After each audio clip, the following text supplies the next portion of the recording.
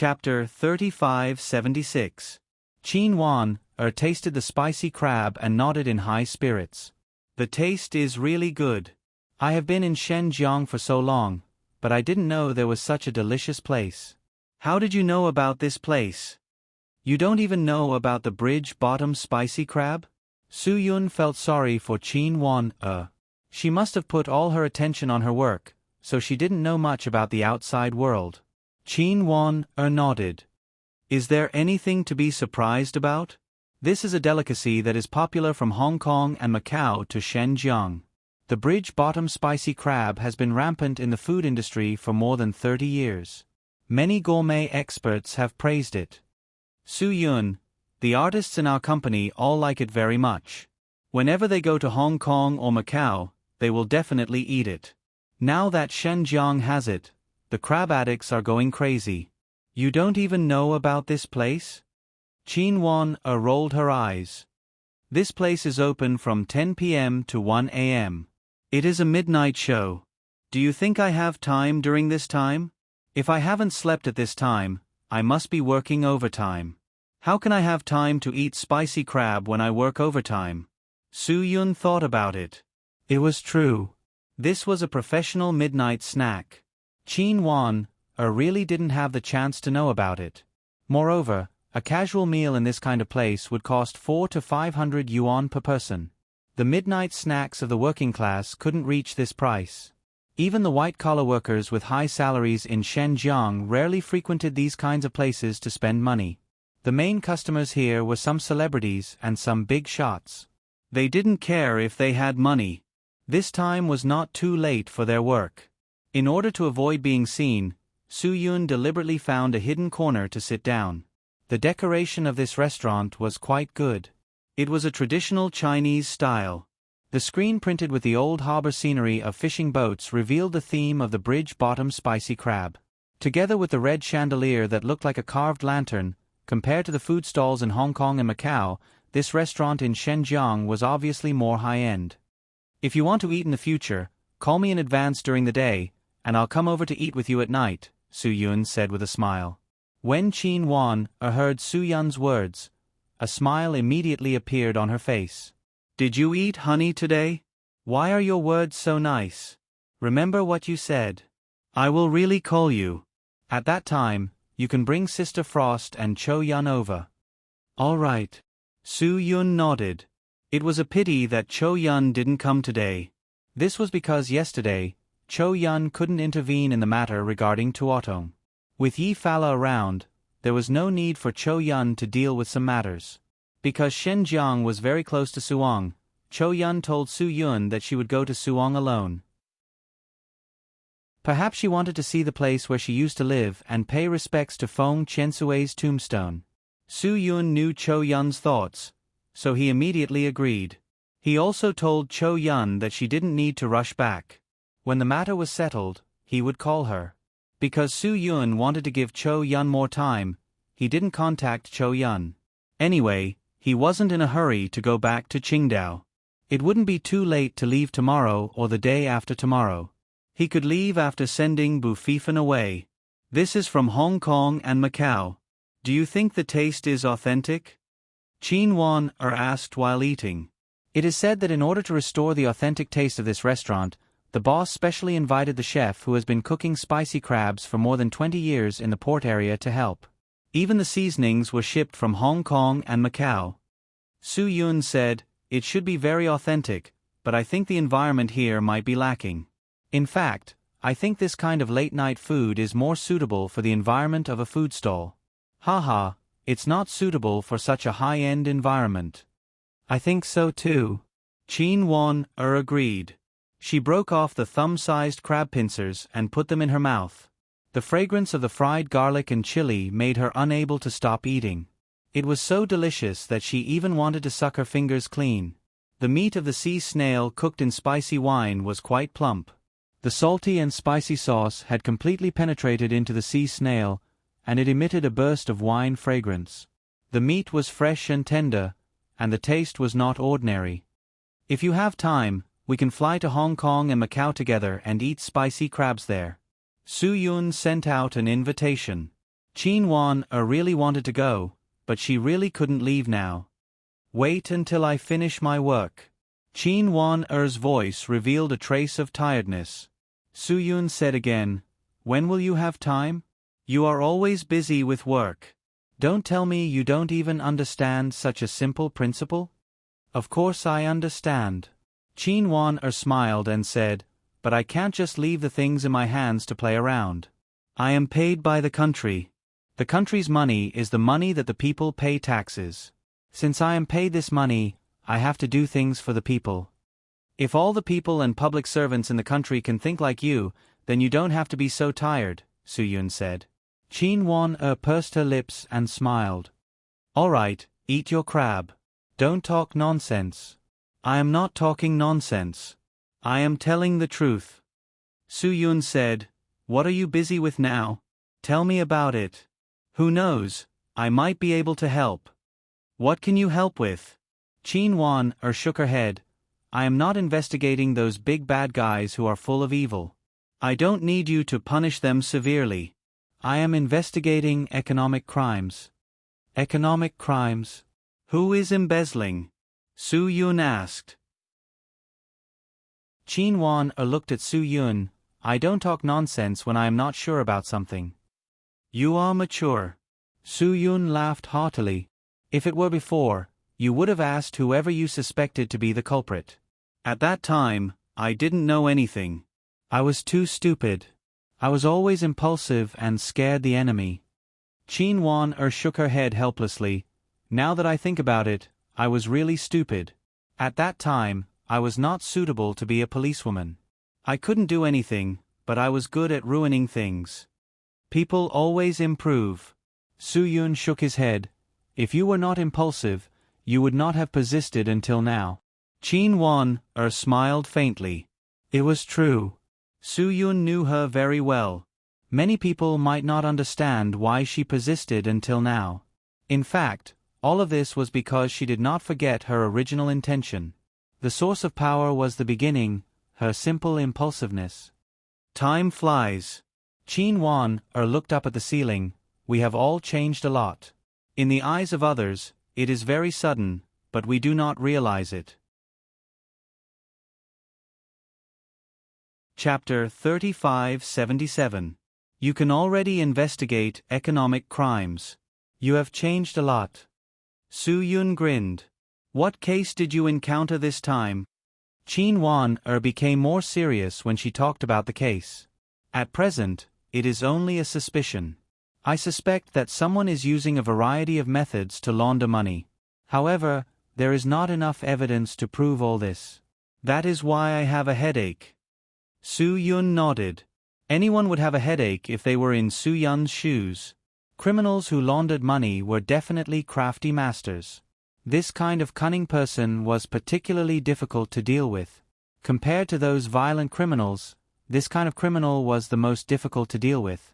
It would not be easy to get hold of the evidence. I heard that now there are people who use black money to buy jewelry or antiques, and then carry out fake transactions such as buying low and selling high. They actually use black money to buy diamonds and hide them in toothpaste to avoid security monitoring. Then, they sell the diamonds for cash. Su-yun asked, is this true? I don't know about this. Qin Wan-er shook her head. The method of the suspect I encountered is relatively basic. He opened a business. This is the most convenient way to deal with the endless black money. Indeed, if Su-yun could have an endless flow of black money into his hands, he would definitely open a company to launder money for a long time. It could be a food business, such as the one they were eating now. Or it could be a service industry, a retail industry, or even a manufacturing industry. It could also be an import and export trade. It meant that any kind of business could be done. Anyway, it was very profitable in the Reporting Times Company. It was simple and worry-free. Of course, this must be an endless source of black money. Otherwise, it would be a bit too wasteful if the company did not operate well and went bankrupt. This kind of phenomenon seemed to exist in many places. Many people would have doubts when they passed by a shop. A business with an extremely poor business had been running for more than 10 years. You had never seen this shop run any business, but the shop did not close and was not afraid of losing money. This kind of shop was basically a problem. This method was much less troublesome than criminals looking for lawyers and banks to coordinate cross-border transfers. The more countries they crossed, the better. The purpose was to complicate the transaction so as to prevent audit and tracking. Recently, the suspect often goes back to Hong Kong and Macau, Qin Wan said. I suspect that he may have used another means of money laundering. Su Yun was stunned for a moment.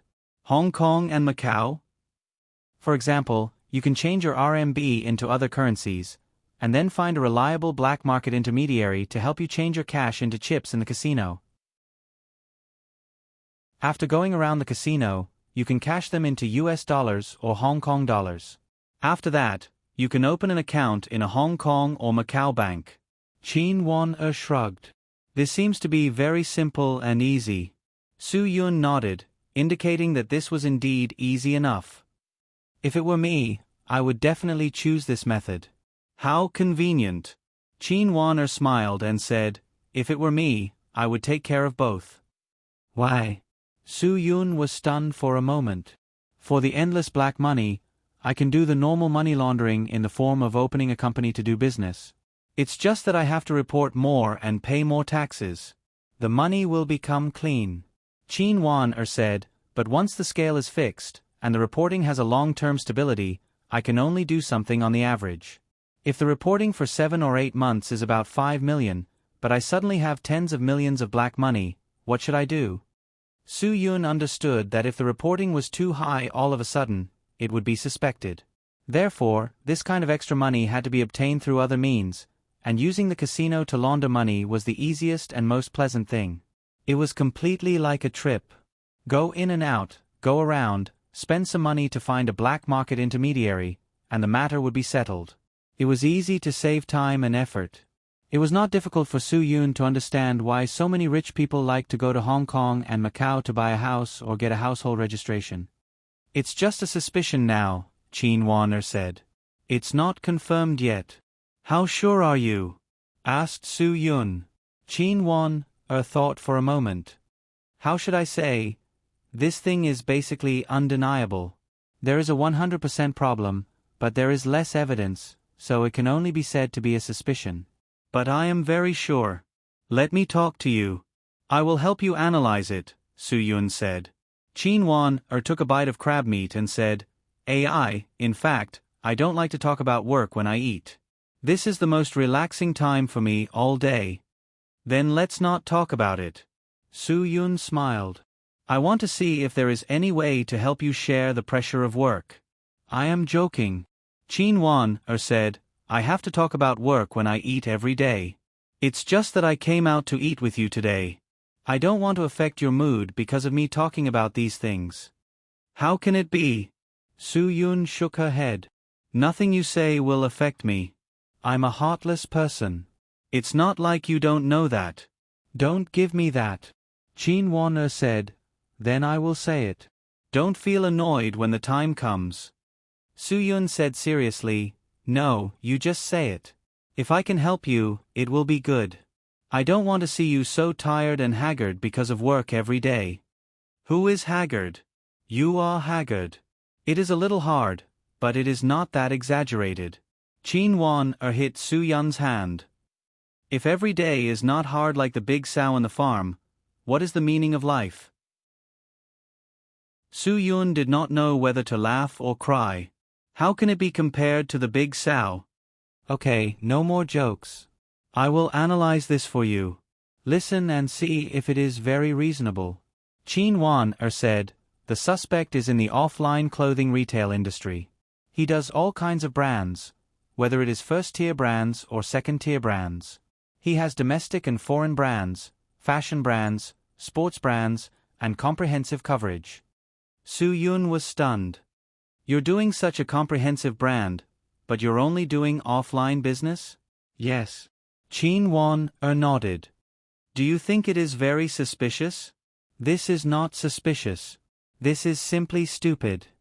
Su Yun said, now, everyone is doing online sales, especially in the clothing industry. The number of people who buy clothes online every day is a few hundred times more than the number of people who buy clothes in stores. Any smart person would do the online sales as well. Only a fool would do that. Qin Wan shrugged. See, you think so too. That is why I said this person is very suspicious. If you were me, you would be very suspicious of this business model. Su Yun nodded. Of course I am suspicious. I have updated quite a lot this month. In order to make up for the delay caused by writing Shredding the Onion Man, you can see how many words I have updated on the diligent list. You will know how hard I have worked this month. It is the end of the year, and I have to earn some money for the new year. Books have always been free, so I will not be like the great gods who make a lot of money every month. If possible, I hope that the brothers who have spare money can give me a red packet so that I can earn more money for dumplings before the new year. If you are not capable, then forget it. In the economic recession, I know that it is not easy for anyone to make money. I also have to support my family. If it is not difficult, I will not ask. Chapter 3578. Qin Wan smiled and said, Now do you understand why he doesn't do online e-commerce business? I understand. Su Yun nodded. The business model of online e-commerce is recorded. How many orders there are, how many goods are delivered. Unless he finds a large number of people to clear the orders and empty the packages, but this kind of thing is relatively easy to be exposed. He might even encounter some people who take advantage of the loophole in the orders and use the rules to cheat him of his money. That's right. Qin Wan said, because the online sales are fake, the order fraud will be discovered sooner or later. As we all know, the online e-commerce sales are definitely more extensive than the offline physical stores because the online e-commerce sales are for consumers nationwide, while the physical stores are only for consumers in Xinjiang. And then, Su Yun asked, because his sales are particularly high, as long as he pays enough taxes, all the black money can be easily converted. Qin Wan said, if he wants to make the ratio of online e-commerce and physical stores more appropriate, he will not only spend a lot of money on order fraud, but also pay more taxes. This means that he will have a considerable amount of unnecessary consumption. Su Yun nodded. It was true. As a smart person, he would definitely choose to give up this aspect. After all, this was just a cover for money laundering, not a real store that relied on elites to make a living. This practice is particularly difficult to investigate. If there is no problem in the account book, there is no way to make any correction. Qin Wan shook her head helplessly. If that's the case, is there really nothing you can do now? Su Yun asked. Qin Wan sighed. Even if there is no way, we have to find a way. Now I am particularly hoping to find evidence of his money laundering in the casino in Hong Kong and Macau. This is also particularly troublesome for you. Su Yun said. Yes. Qin Wan said. And now I even suspect that he colludes with his overseas children to launder money through overseas investments. It is also difficult to find evidence of him. He still has children abroad? Su Yun frowned. This was indeed more difficult to investigate. And it was simpler. The suspect could raise the price of the imported equipment and raw materials when importing some things. The foreign suppliers were his own children. Everything became simpler. The money was not illegally obtained. It was completely clean money. Then, he could also tamper with the export. The suspect was a clothing manufacturer, so he could totally suppress the export price and use the method of making the invoice amount far lower than the actual transaction amount. The difference in payment would be transferred to a foreign account by his children who were responsible for the import link overseas. If that was the case, it would be more difficult to investigate because the headquarters of gambling websites were mostly located in the Caribbean, which was known as the tax haven. Many websites in that place were not supervised by the government at all, and they did not abide by the rules of international casinos. They did not even check the identity information of the customers. Many smart money launderers would make sure that a gambling website was safe enough to transfer huge amounts of money into accounts opened on these safe gambling websites. Of course, the method was the same as the casinos in real life. They would symbolically gamble once or twice, lose some, and let these gambling websites taste some sweetness. Then these people would inform these websites that they did not want to play anymore and ask the websites to write a check in the name of the website to return the money in their accounts. As a result, huge sums of dirty money were easily washed clean and became clean income. And now it had really become a trend. Some people estimated that the amount of black money laundered through these hundreds of gambling websites every year was about 800 billion to $1.5 trillion US. This was obviously a huge and terrifying amount of money. Even in such a huge and terrifying number, there were still many people's money that had not been counted. For example, the suspect that Chin Wan-er was investigating now was an outsider. He represented a part of the more traditional people who were worried that if these websites wanted to take their money, they would not be able to get it back. After all, this money was not clean money. Some people's identities could not be reported to the police. Chapter 3579. If there was no way to call the police, it meant that there was no way to get the money back. This kind of silent loss had happened to people before. After all, they were all dirty things. It was inevitable that they would cheat on each other. Compared to going to Hong Kong and Macau to find a familiar black intermediary and spend some money to solve this risk, it was riskier to use online gambling websites to do things. Traditional people didn't trust gambling websites at all. It was like some old people couldn't accept online banking. Even some people over 70 years old didn't dare to use automatic self-service banking machines to deposit money because they were familiar with face-to-face cash transactions at the counter. It was difficult to change after getting used to something for a long time. This suspect was used to going to the casino face-to-face to solve problems, so there was no way to trust the things on the gambling website. He was worried about what if. At this point, Su Yun could judge that he was a cautious guy. According to some of the information we have now, he doesn't seem to have laundered money through online gambling. Chin Wan-er shook her head. He may not have done research in that area. It's not that he didn't do research. Su Yun smiled and shook his head. It's that he didn't trust him. Chin Wan-er frowned. Don't Hong Kong and Macau know about this? Why don't they have stricter supervision about money laundering? In fact, according to the current situation of anti-money laundering and anti-terrorist financing in Hong Kong and Macau, the Hong Kong and Macau Financial Intelligence Office will publish the statistical results of suspicious transaction reports every year. Su Yun, every year, there are close to 1,000 or 2,000 suspicious transactions reported in the gambling industry in Hong Kong and Macau, and there will be a large increase every year. For the developed casino industry in Hong Kong and Macau, this kind of report is nothing, right? Chin Wan-er said. Su Yun nodded. Yes, it is indeed nothing. Compared to the gambling customer flow in Hong Kong and Macau, this kind of report is simply a drop in the bucket. Since there are reports, why would people take the risk? Chin Wan-er was puzzled. I thought that there was no one monitoring Hong Kong and Macau. Of course there is monitoring. It depends on finding a reliable gambling intermediary, which is the black intermediary I mentioned. Su Yun, the suspect you are investigating must have a reliable intermediary. He doesn't need to worry about being cheated, and all his information can be guaranteed. A legitimate gambling broker was an independent operator who had a contractual relationship with the casino. They would use various rewards to attract customers who would gamble in their VIP lounge. Usually, they would choose customers with high asset values instead of ordinary citizens. They rely on commissions or fees to maintain their business. The loophole in the activities of gambling intermediaries allowed some people to use third parties to transfer large amounts of money to other places and casinos. Customers usually relied on gambling brokers to transfer funds for them, which made it difficult to identify the source of funds and the identity of the customer. If gambling intermediaries colluded with customers to launder money, or even criminals used them to merge illegal funds with legal funds, it would make it more difficult to identify the source of funds and the identity of customers. This kind of person who colluded with customers to launder money was the black intermediary mentioned by Su Yun. Gambling brokers would also transfer money on behalf of their clients, but the financial institutions or casinos responsible for sending and receiving money did not know the identity of the gambling broker's clients.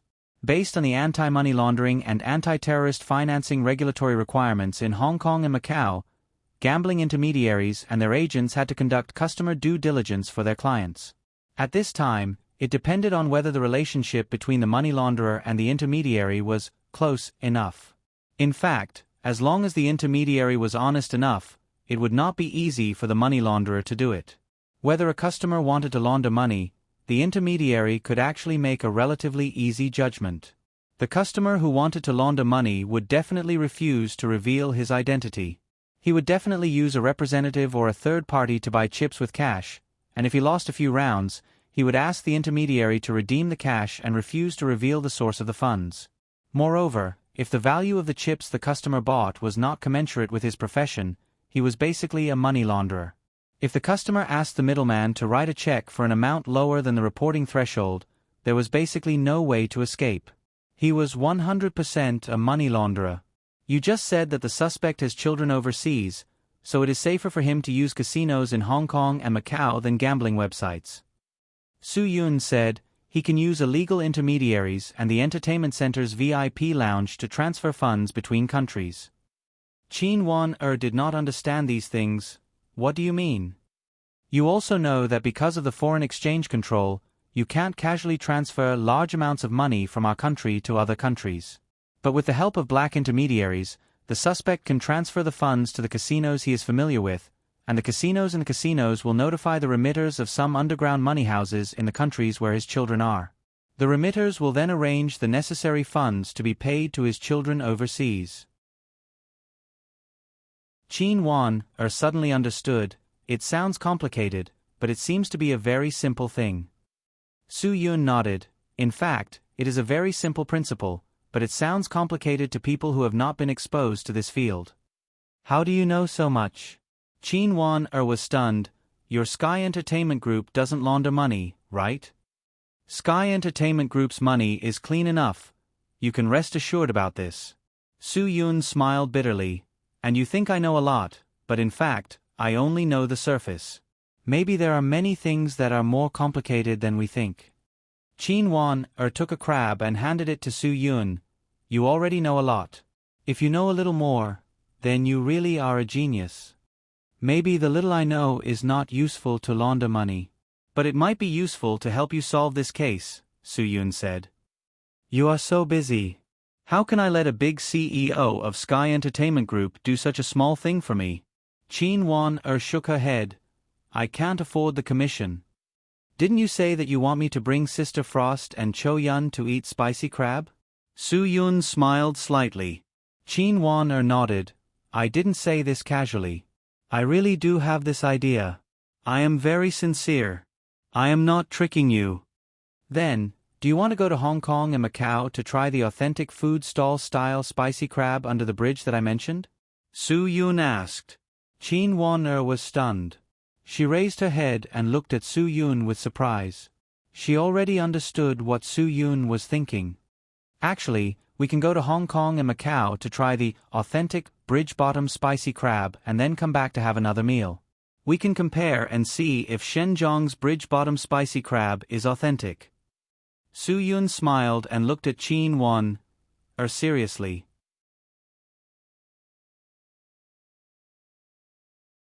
Chapter 3580. Are you sure you have the time? Qin Wan couldn't believe it.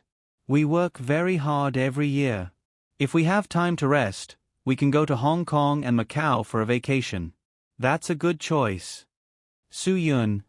Anyway, we have to organize a trip for the company's outstanding employees at the end of the year. We can just do a trip to Hong Kong and Macau. I can also go to Hong Kong and Macau to make arrangements, book a hotel, and find a local travel agency to arrange a more reasonable itinerary. Qin Wan was really stunned. If Su Yun could really do this with her, then her confidence would be completely different. I'm not kidding.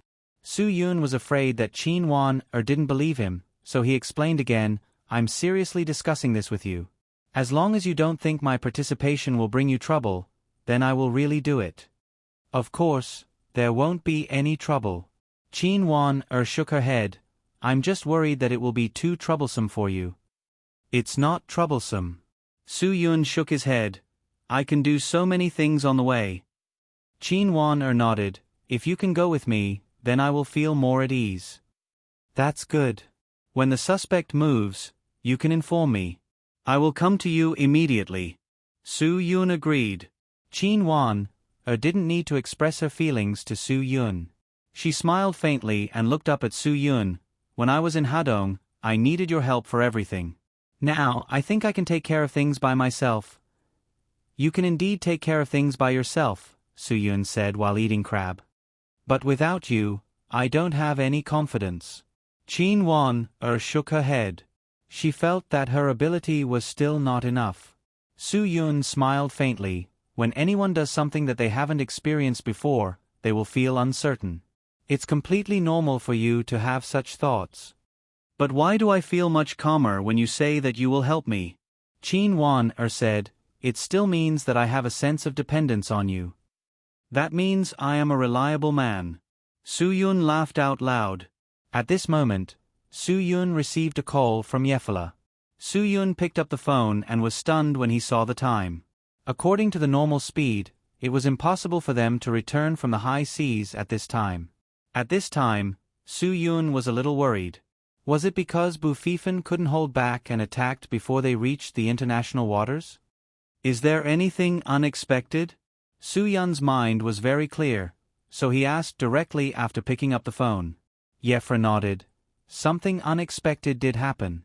Before we even arrived, Zhue Ming from Fei Fan's school contacted him and asked us to bring him back. He said that he had something to interrogate. This was their principal's arrangement, so Fei Fan didn't dare to disobey. You're back? Su Yun froze for a moment. He did not expect Zhue Ming to intervene at this time. That's right. Yi Farah said, he's back. Now that Fei Fan and Zhue Ming met up, Zhue Ming took them away, saying that it wasn't convenient to take me along. Where are you guys now? I want to find you guys. I'm so bored by myself. Then you can come, Bridge Bottom Spicy Crab, Su Yun said. Yefra asked again, is Cho Yun back yet? I don't know. She shouldn't be back yet. If she comes back, she will definitely call, Su Yun said. How about this? I'll go home first. If Cho Yun comes back, I'll come with her, Yefra said. It's on the way anyway. Su Yun nodded. It was better this way. Okay, we'll wait for you. Ever since he got into Dongfang Fan's car, Bu Fifan's face did not show the slightest smile. When he saw that bastard Tuo Tong was still alive and sitting next to him, Bu Fifan had the urge to pinch him to death. This kind of accumulated hatred was really too deep, and as Tuo Tong became more and more confident that he could escape alive, Bu Fifan's anger became more and more obvious. Instructor Zhue Ming, even if we want to find out who he is working with, we don't have to interrogate him, Bu Fifan said. Can't we find out through other methods? Dongfang Fan smiled. He knew that Bu Fifan was still too young and could not control his emotions well, because the information we get from him will be the most accurate. We don't need to suspect him. But this bastard definitely won't say anything, Bu Fifan said. Before Dongfang Fan could speak, Tuo Tong interrupted. I don't want to say anything because I still want to keep my life.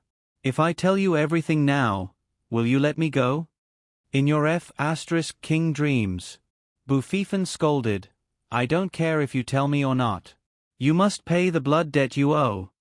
After Tuo Tong saw Dongfang Fan, he was even less afraid of Bu Fifan. He knew that in the presence of the instructor, Bu Fifan had no right to kill him. As long as Dongfang Fan did not say anything, Bu Fifan would have to endure it no matter how much he wanted him dead. Fifan, don't be angry because of this scum. It's not worth it, Dongfang Fan comforted Bu Fifan.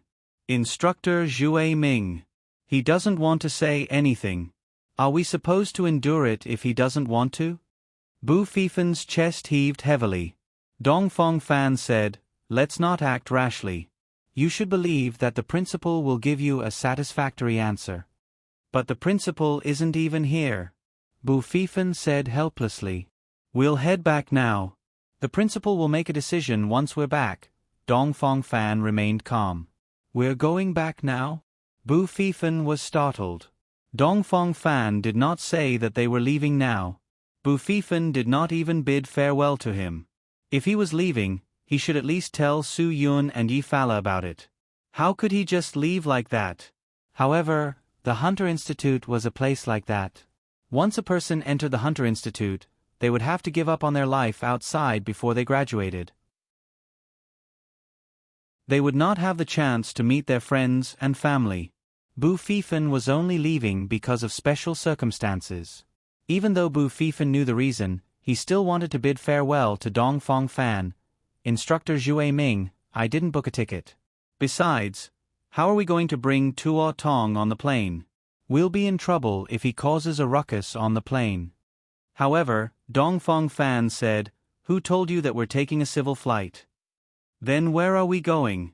Bu Fifan said, "Aren't we heading to the airport?" Dongfang Fan smiled, "Of course we're heading to the airport. We'll definitely fly back, but it's not suitable for us to take a civil flight right now. Coincidentally, a friend of mine has applied for a flight to Hawaii tonight. We'll be there in less than 10 hours. A brother told me that he wanted to give you a red packet as a token of appreciation, but there was a problem with his WeChat payment. Indeed, there was a problem a while ago, but the WeChat payment channel was fixed today, so there shouldn't be a problem. We can give it a try. Coincidentally, I'm also looking forward to a good year at the end of the year, hee. Also, to the brothers who added me on WeChat, sometimes I don't pay attention, and sometimes my WeChat is full. So, when I add people I have to remove those who I think I added wrongly. So, when you add me on WeChat, I hope you can tell me that you're a loyal fan of the 17K Novel Network. That way, I'll be sure to add you. I hope you can forgive me. Those who failed to add me might not have told me their identity. If you're willing to be friends with Immortal, you can add me again. Just tell me your identity. Thank you for your understanding."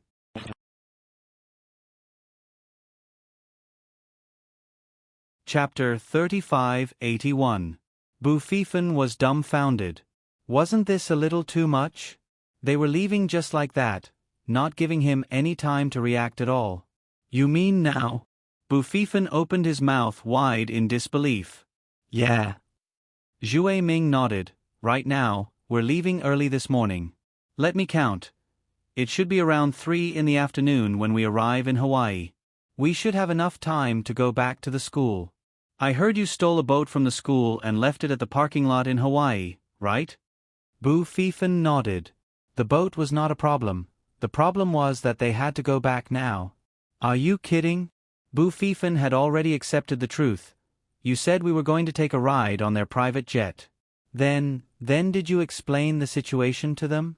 Did you tell them about our existence? They won't be unwilling, right? Don't worry, I've already made the arrangements. You just need to come with me," said Zhui Ming. Bu Fifan had no choice but to accept the arrangement. He had no choice but to call Yi Fala. Yi Fala had just returned home to check if Cho Yun was back. She thought the matter was settled when she received Bu Fifan's call. She immediately picked up the call to hear the good news. To her surprise, Bu Fifan said in disappointment, "Mother Yi, I'm leaving now. Can you help me say goodbye to Godfather? Due to some special reasons, I can't say goodbye to you in person." "What?" Yi Fala was stunned. "What is that instructor of yours trying to do? Why is he taking you away just like that? This is your home. Shouldn't he let you go home and prepare yourself? Why is he so heartless? Mother Yi, if you haven't graduated from the Hunter Academy, you can't contact your family or friends." "That's the rule," said Bu Fifan. "It's a special case. The plane is leaving soon." Yi Fala didn't have any good impression of Dongfang Fan at all. "Then your instructor Zhui Ming didn't tell me anything at all? I have my own rules." Bu Fifan was not satisfied with Zhui Ming's decision, but he had no choice but to accept it. Yi Fala finally accepted the truth. She had no choice but to soften her tone. "Then when will you come back?" "After I graduate, I'll come back whenever I want to. If I miss you, I'll come back immediately," Bu Fifan said confidently. Yi Fala knew that he was powerless to change the current situation, so he could only accept it silently. "All right then, I'll wait for you to come back." "Okay." Bu Fifan nodded and hung up. Yi Fala no longer had the mood to look for Su Yun and the rest to eat spicy crabs at the bottom of the bridge. She opened the door and went home. There was no one there. Cho Yun had not returned yet. However, there was still a voice. Yi Fala followed the voice and looked over. It was actually Blackhead. Poor thing, don't tell me you've always been alone at home. Yi Fala suddenly remembered that because she and Su Yun were going to the Sun Island resort to do something, they could not bring it along. It also refused to go to Suong with Cho Yun. In the end, Blackhead and Bu Fifan could only stay at home together. With Bu Fifan at home, at least there would be no shortage of food and water. Perhaps it was because Bu Fifan had been too anxious to deal with Tua Tong, and Su Yun had forgotten about Blackhead because of Qin Wan Er's appearance. Blackhead had become a pitiful child who had been neglected. It was not Su Yun's fault. After all, Su Yun did not have the habit of keeping a dog. Are you hungry? Why don't I eat with you? Your brother Yun is not reliable. He's having supper with a girl. Yi Fala smiled. I'll call him and tell him that I'm not going. Yi Fala called Su Yun and told him the reason why Bu Fifan left. She also told Su Yun that she was not in the mood to look for them and told them to eat slowly. After Su Yun hung up, he decided to take the food back with Qin Wan and eat with Yi Fala. Su Yun knew Yi Fala's feelings for Bu Fifan, so he was sure that Yi Fala was in a very bad mood. Drinking with her might make her feel better. Dong Fong Fan arranged everything, and the three of them successfully boarded his friend's private plane. Bu Fifan would personally watch Tuo Tong until the plane landed. This private plane was completely different from the ones Bu Fifan had seen before. This was a private plane modified from a Boeing 787 wide-body passenger plane. The scale was really quite large. The tail looked more like a standard commercial passenger plane. The interior of the private plane was highly luxurious, and the safety was naturally guaranteed. This plane even had a ridiculously large master bedroom, bathroom, cloakroom, and even a double-sided sink. After Dong Fong Fan arranged for Bu Fifan and Tuo Tong, he went to chat with his mysterious rich friend. Bu Fifan did not want to participate, nor was he in the mood to participate. After boarding the plane, Tuo Tong seemed to be in a much better mood. Tuo Tong did not know whether it was because he was bored or just looking for excitement, but he suddenly provoked Bu Fifan. Do you think your principal will kill me? Of course, Bu Fifan said without hesitation. Because you deserve to die. I do deserve to die. Tuo Tong smiled, but if I give him everything he wants to know in exchange for my life, do you think he will agree? Impossible. Bu Fifan stared at Tuo Tong. Let me tell you, as long as I am here, you will definitely die. I will not give you any chance. Tuo Tong provoked him without hesitation. I think it will not be up to you. If you want to kill me, the plane is your only chance. If you don't dare to kill me on the plane, I will definitely not die when we land. Bu Fifan stared at Tuo Tong fiercely. You hurt Crocodile so badly, no one in the hunter school will let you go. Stop dreaming. Am I dreaming? Tuo Tong laughed. His confidence did not come from nowhere. Zhue Ming had stopped Bu Fifan from killing him, which meant that his life was valuable. Would such a valuable life die? Of course not. The ancient magpie world of the hunter school was not an idiot. He knew what was more important. Tuo Tong concluded that the ancient magpie world would definitely promise not to kill him in order to get some valuable information from him. That was why Tuo Tong was so confident in provoking Bu Fifan. He did not believe that a small figure like Bu Fifan would dare to go against the ancient magpie world's decision. A small figure like Bu Fifan did not have the right to do so. So why should Tuo Tong be afraid of him? Thank you to the brothers who gave me the red packets. Thank you for understanding that it is not easy for me to make a living. Sina Weibo. Pen Spirit is sleepwalking _ Note the underline behind the name. I will not fiddle with authentication, but this is the real me. My WeChat ID, Shuaiming 1986, WeChat ID, QQ276432835 or search. Pen Spirit is sleepwalking.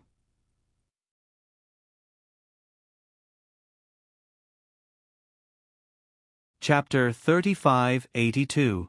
I'm telling you, no one is going to spare you, Bufifen said bluntly. I'm going to take your life, and I'm going to do it with my own hands. Tuatong met Bufifen's gaze and said, All right, you said it yourself. We'll see who's going to have the last laugh. All right. Bufifen's eyes were already bloodshot. Bufifen wanted to use his eyes to let Tuatong know that he was dead meat. Bufifen did not care where Tuatong's confidence came from. No one would be able to stop him when the time came. It might be the longest flight Bufifen had ever taken in his life. When the plane landed in Hawaii in the afternoon, Bufifen finally felt sleepy for the first time. He knew he had finally made it through. After getting off the plane, Dongfang Fan chatted with his rich friends for a while before the three of them left.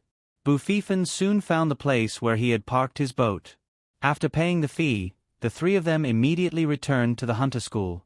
The ancient Magpie realm was very satisfied with their efficiency. However, apart from the ancient Magpie realm, no one dared to think that Bufifen could finish the mission so quickly. His efficiency was just too shocking. Tuatong was pushed to the front of the ancient Magpie realm and the instructors by Bufifen, yet he still had an arrogant look on his face. Yi Shui pushed Yi Yuan's wheelchair. Yi Yuan did not show any displeasure on his face. He seemed to have accepted his current situation. His hatred for Tuatong had already faded. Besides, Tuatong was caught by his student. It was enough for Yi Yuan. I didn't expect you to be so tough, Tuatong said shamelessly. Not only did he not purposely avoid Yi Yuan, he even took the initiative to mention it. Yi Yuan smiled. Yes, I didn't expect that I would be able to survive. This is really a miracle. It's not just a miracle, it's unbelievable, Tuatong said. I'm starting to wonder if you're still alive. Yuan ignored Tuatong. He looked at Bufifen and said, Not bad, you've settled the matter so quickly. This is all because someone else helped me. Bufifen felt that he couldn't accept such praise. It doesn't matter who helped you. If you have the ability to get others to help you, then you are also capable. Yi Yuan said, If it was someone else, perhaps no one would be willing to help. The people you can invite might not even be able to invite our principal. Bufifen hurriedly shook his head. You don't have to be humble. It is indeed so. Gu Magpie chuckled. At any time, connections were the most powerful weapon behind one's back. Therefore, it was the right choice for anyone to use their connections to solve the problem. Principal Gu, your primary school student wanted to kill me, but your number one instructor stopped him. Tuatong suddenly pointed his finger at the ancient Magpie world. Don't you want to give your primary school student a reasonable explanation? I don't need to explain anything. Gu Magpie said, I'm sure my people understand my actions. Otherwise, you wouldn't be standing in front of me right now.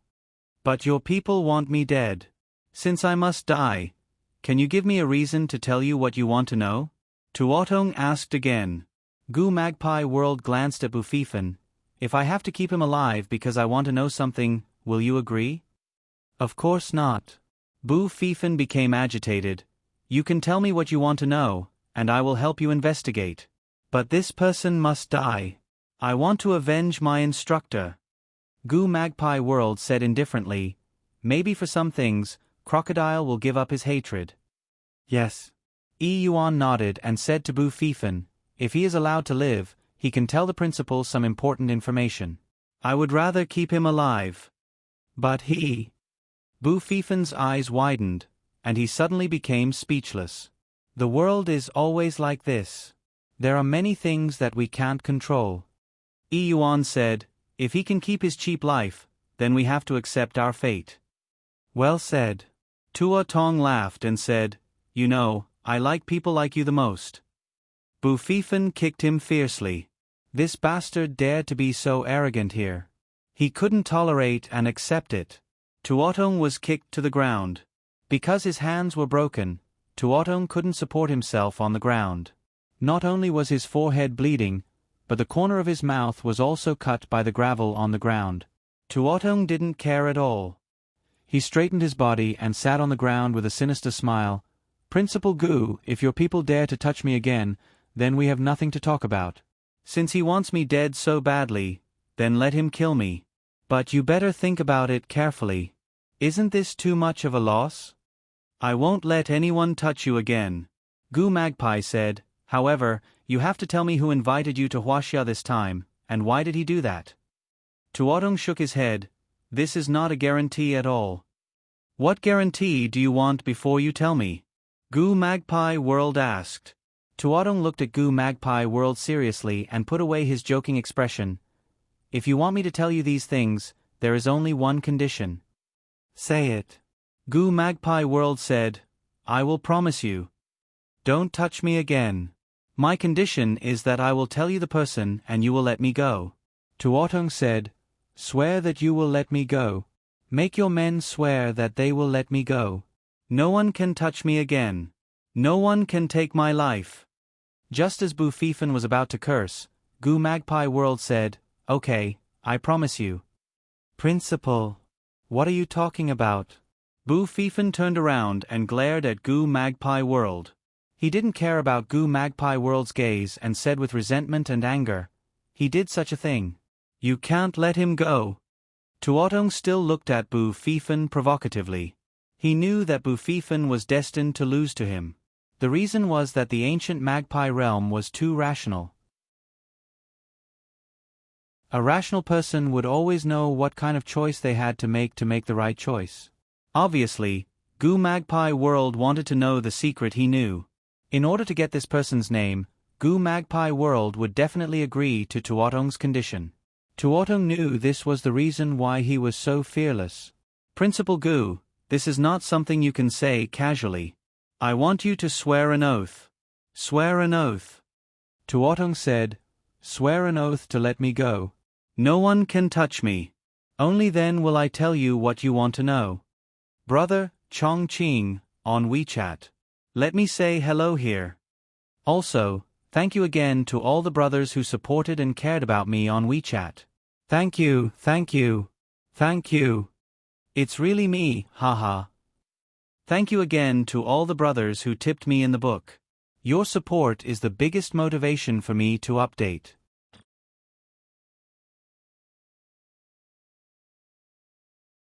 Chapter 3583. Alright, I swear to God. Gu Magpie Jer agreed without hesitation. As long as you tell me what I want to know, I won't lay a finger on you. If I break my promise, I'll die a horrible death.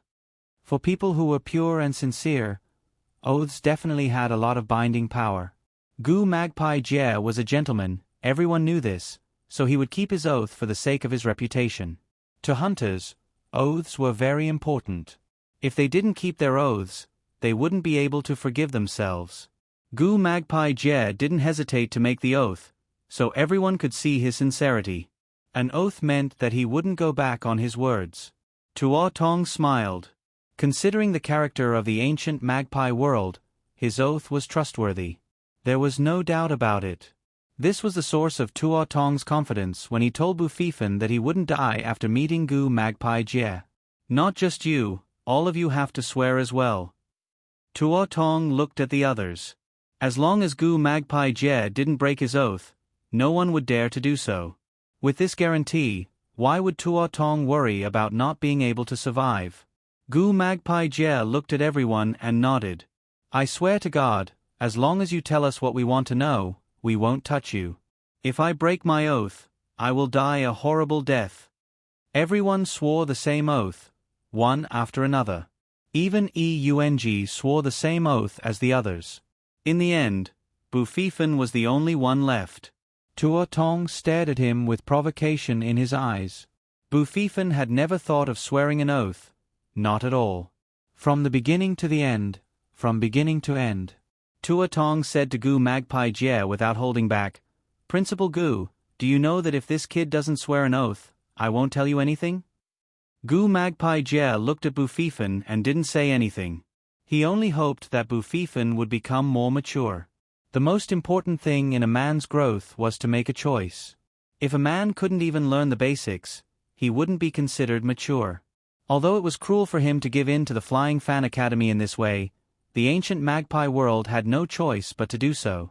If you want to grow faster than others, you have to bear things that are harder to bear than others. Then let's see whose mouth is tougher. Tuotong did not care. From the moment I fell into his hands, I knew I had no way out. That's why I don't care what happens to me. The worst that can happen to me is death. Bu Fifan endured it. He had endured it since Hua Xia. Even now, he was still enduring it. On what basis? Headmaster. Bu Fifan suddenly raised his head. I swear, even if he doesn't say anything, I will do everything I can to find out who paid him to create this virus. I beg you, don't give him a chance, okay? Bu Fifan's eyes were filled with determination. Not letting Tuotong go was his only hope. The corner of Tuotong's mouth twitched slightly. At this moment, he was indeed worried. People who want to do business with me will always contact me through a single line. Tuotong said coldly. As long as I don't say anything and he doesn't jump out to admit it, you will never know who it is. Gu Magpie looked at Bu Fifan calmly. He already knew what Tuotong was talking about, so he wasn't affected at all. He's right. If he doesn't admit it, we'll never be able to find out who's trying to destroy China's thriving online shopping industry. Bu Fifan stared at Gu Magpie Jie in disbelief. Hua Xia's online shopping has supported many e-commerce companies, Gu Magpie Jie said. Gu Magpie said, if online shopping suffers such a huge blow, who would dare to continue to trust it? Bu Fifan was silent. This is a catastrophic blow. It's very important to know who wants to trigger this threat. Because a failure doesn't mean there won't be a second time, Gu Magpie Jie said. Even if we kill Tuotong today, if we can't find the mastermind behind this, there will be a similar disaster at next year's online shopping festival. He can find someone else to develop the virus. Tuotong smiled disdainfully. I admit that I'm not the only one in the world who knows how to develop viruses. However, I dare say that there are very few people who are more proficient than me. No matter how few there are, we can still find them, Gu Magpie Jie said. Tuotong sneered and didn't say anything else. Gu Magpie Jie's words were meant for Bu Fifan, not him. Bu Fifan didn't say anything, but he knew what Gu Magpie Jie was trying to say. Gu Magpie Jie took a deep breath and looked at Bu Fifan's eyes again. He needed an answer. He needed Bu Fifan to give him an answer. I swear to God. As long as you tell me who the person is, I won't touch you. If I break my oath, I will die a horrible death. Bu Fifan said coldly. This oath doesn't seem to be enough for you, Tuotong said. Bu Fifan said, then what else do you think I need? If I break my oath, I will be struck by lightning. If I go out, I will be hit by a car. If I get on a boat, I will drown. Is that enough? Tuotong was very satisfied with Bu Fifan's oath. Enough. Of course. Remember your vow. Everyone here has witnessed your vow. I believe this vow is enough for you to do what you said. In that case, stop talking nonsense, Bu Fifan said angrily. Tell the principal who that person is and what his name is. The president of the Hua Yuan Chamber of Commerce, Chuan Shan.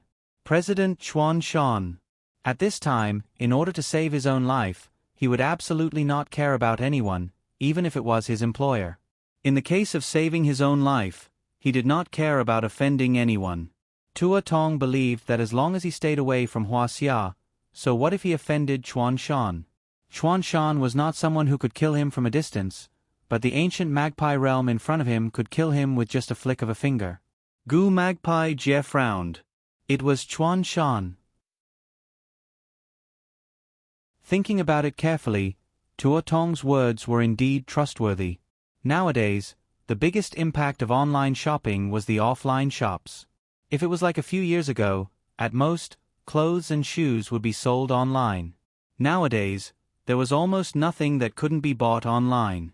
From needles that cost a few cents, to luxury goods that cost hundreds of thousands, to cars that cost millions, and even houses that cost tens of millions. There was nothing that couldn't be bought. Under the impact of online shopping, Chuan Shan, the president of the Hua Yuan Chamber of Commerce, would definitely suffer serious losses. He and his circle relied on physical stores to survive. When online shopping appeared later, they didn't take it seriously at all. They said that it was definitely a flash in the pan and wouldn't last. But now, they were slapped in the face. At that time, they would never believe that online shopping would suddenly become an indispensable part of people's lives.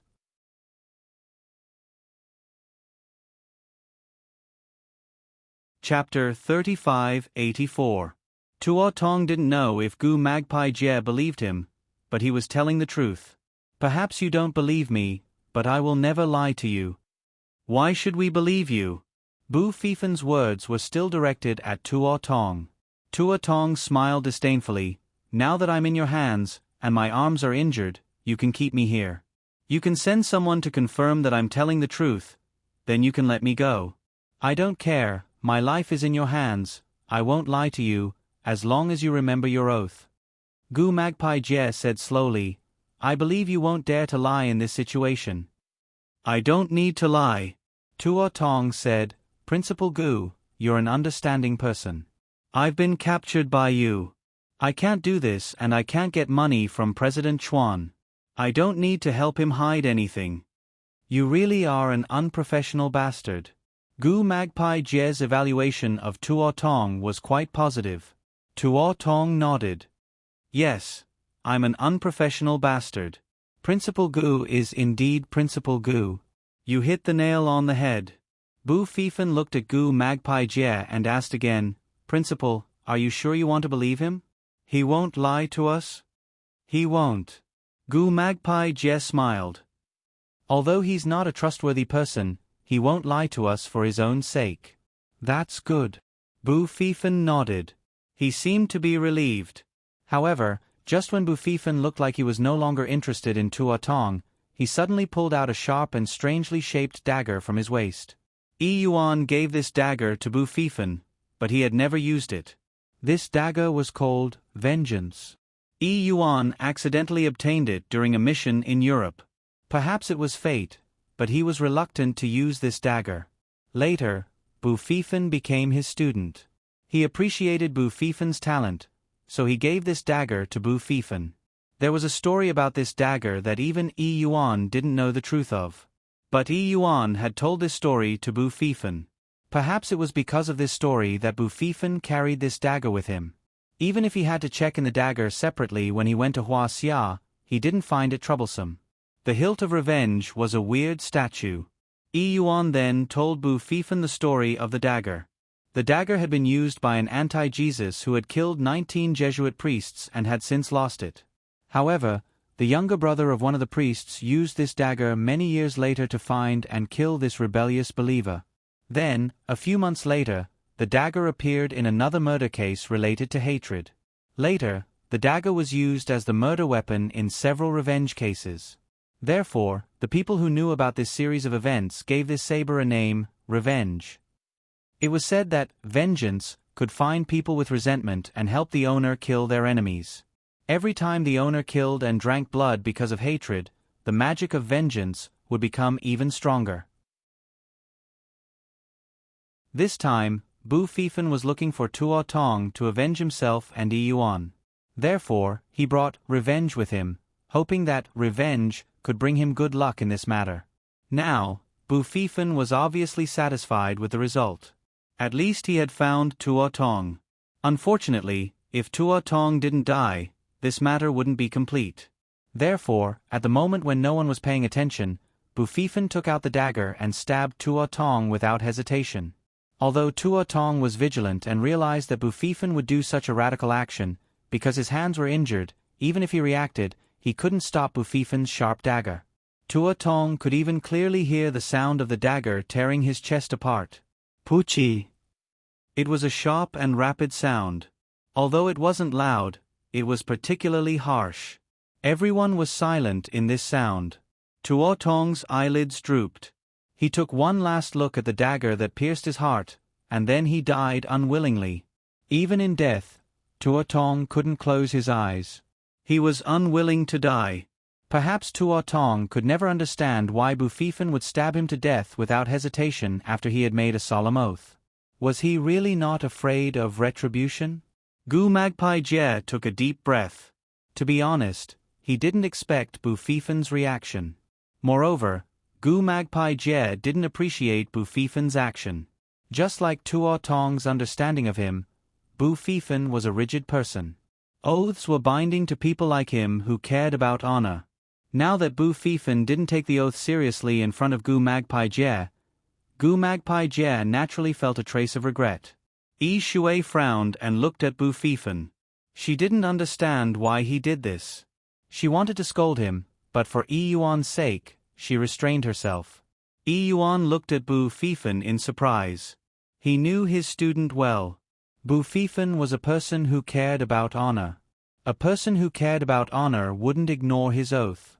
Therefore, Yi Yuan couldn't understand Bu Fifan's behavior. "Don't you remember your oath?" Yi Yuan's tone became more reproachful. Bu Fifan directly ignored Yi Yuan's gaze and looked at Gu Magpie Jie. He knew that Gu Magpie Jie was the one who wanted an explanation. "I did make an oath. I didn't forget my oath. I remember it very clearly." Bu Fifan continued with an evil smile. "Like you, I made a solemn oath to God." "Then why did you do it?" Yi Yuan didn't want to listen to his nonsense. Bu Fifan looked indifferent. "Because I made an oath to God. I'm a descendant of the Hua Xia, the descendant of the Yellow Emperor, the descendant of the dragon. Even if I believe in these feudal superstitions, I should worship the Jade Emperor, the Buddha, the God of Fortune, and the Guanyin Bodhisattva. What do I have to do with God?" No one expected Bu Fifan to say something like this.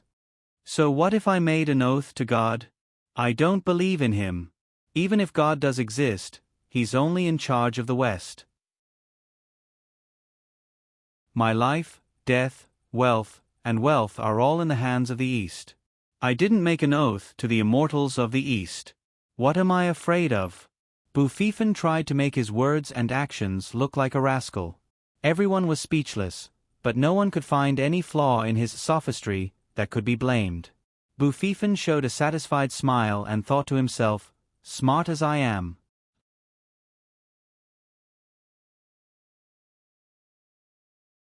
Chapter 3585. Bu Fifan had done what he wanted. He glanced at Yi Yuan proudly. He wanted to see the satisfaction on Yi Yuan's face. However, Yi Yuan's face was serious. An oath had nothing to do with God or Buddha. An oath was a matter of honor for the ancient Magpie world. Therefore, even though Bu Fifan had taken advantage of a loophole to solve a problem that they all wanted to solve, he would not be praised on the surface. "Come with me," Yi Yuan said sternly. Bu Fifan did not dare to disobey. Yi Yuan turned to the ancient Magpie world and apologized. "Principal, it's my fault. I will put him in confinement for a week. I hope you can forgive me." The ancient Magpie world did not say anything. He waved his hand, indicating that they could leave. Under Yi Yuan's signal, Bu Fifan hurriedly pushed Yi Yuan away from the scene. He did not dare to slow down for even a moment. After returning to Yi Yuan's residence, Yi Yuan said, "Do you know why I brought you back? Let me tell you, if the principal decides to punish you, he will probably expel you directly." "I think I did the right thing," Bu Fifan said. "Even if he expel me, I have done the people a favor. If I let go of such an evil bastard because of an oath, won't anyone find it ridiculous? How dare you talk nonsense? Do you know what you are doing? If you keep talking nonsense, I will pull your tongue out." Yi Yuan glared at him. "Of course I don't dare to say that in front of the principal." Bu Fifan lowered his head and said, "But I just want to talk about my grievances in front of you. Even if I did something wrong, I hope you can at least understand me." Yi Yuan shook his head helplessly. "How can I not understand you? I brought you up single-handedly. If I didn't understand you, I wouldn't have brought you away. As long as you can understand me, I don't care what others think." Bu Fifan said, "I don't need too many people to understand me." "Then listen to me. Go into confinement and reflect on your mistakes." Yi Yuan said, "Don't let anything else happen." "It doesn't matter." Bu Fifan didn't care about a week of confinement. "As long as I can get my revenge and let Tuo Tong get the punishment he deserves, I'm willing to stay in confinement for a month." Yi Yuan felt helpless when it came to Bu Fifan. You should go into solitary confinement first. Once you've thought things through, you can tell me about the mistake you made this time. If you continue to say such things in front of the principal, it's meaningless to lock you up for a month. Bu Fifan nodded and promised, I will definitely reflect on it. At this moment, someone had already taken Tuo Tong away from the meeting hall. The ancient magpie realm no longer needed to think about what had already happened. The Hunter Academy was an organization that wasn't controlled by any unit. Although they punished the strong and helped the weak, they were still not accepted by everyone. After all, the way people thought now was different from many years ago. Therefore, the Hunter Academy could not represent everything and punish anyone. This gave the ancient magpie world a headache because the person Tuo Tong mentioned was very difficult to deal with. Chuan Shan, the president of the Hua Yuan Chamber of Commerce, wasn't an ordinary person. They could use their methods and connections to report him and he would receive the punishment he deserved. Not everyone could touch a businessman with such status. Moreover, they didn't have any evidence to prove Chuan Shan's crimes. It could even be said that the incident was killed before it happened. There was no evidence to prove Chuan Shan's crimes. Chuan Shan would never admit to doing such a thing, so the ancient magpie realm couldn't do anything to Chuan Shan unless they could collect some other evidence and find a way to report him and use the authority of the relevant departments to suppress him. If they arranged for someone to lynch him, the Hunter Academy would have no say in it. After all, Chuan Shan was the president of a large company. His every action had an impact on the economy of Huaxia, so the ancient magpie realm didn't dare act rashly. Yi Shui, the ancient magpie realm, thought for a long time before speaking, I need you to go to Huaxia and investigate Chuan Shan. Understood. Yi Shui nodded. Shall I go now? The ancient magpie realm nodded. Maybe there are no more flights today.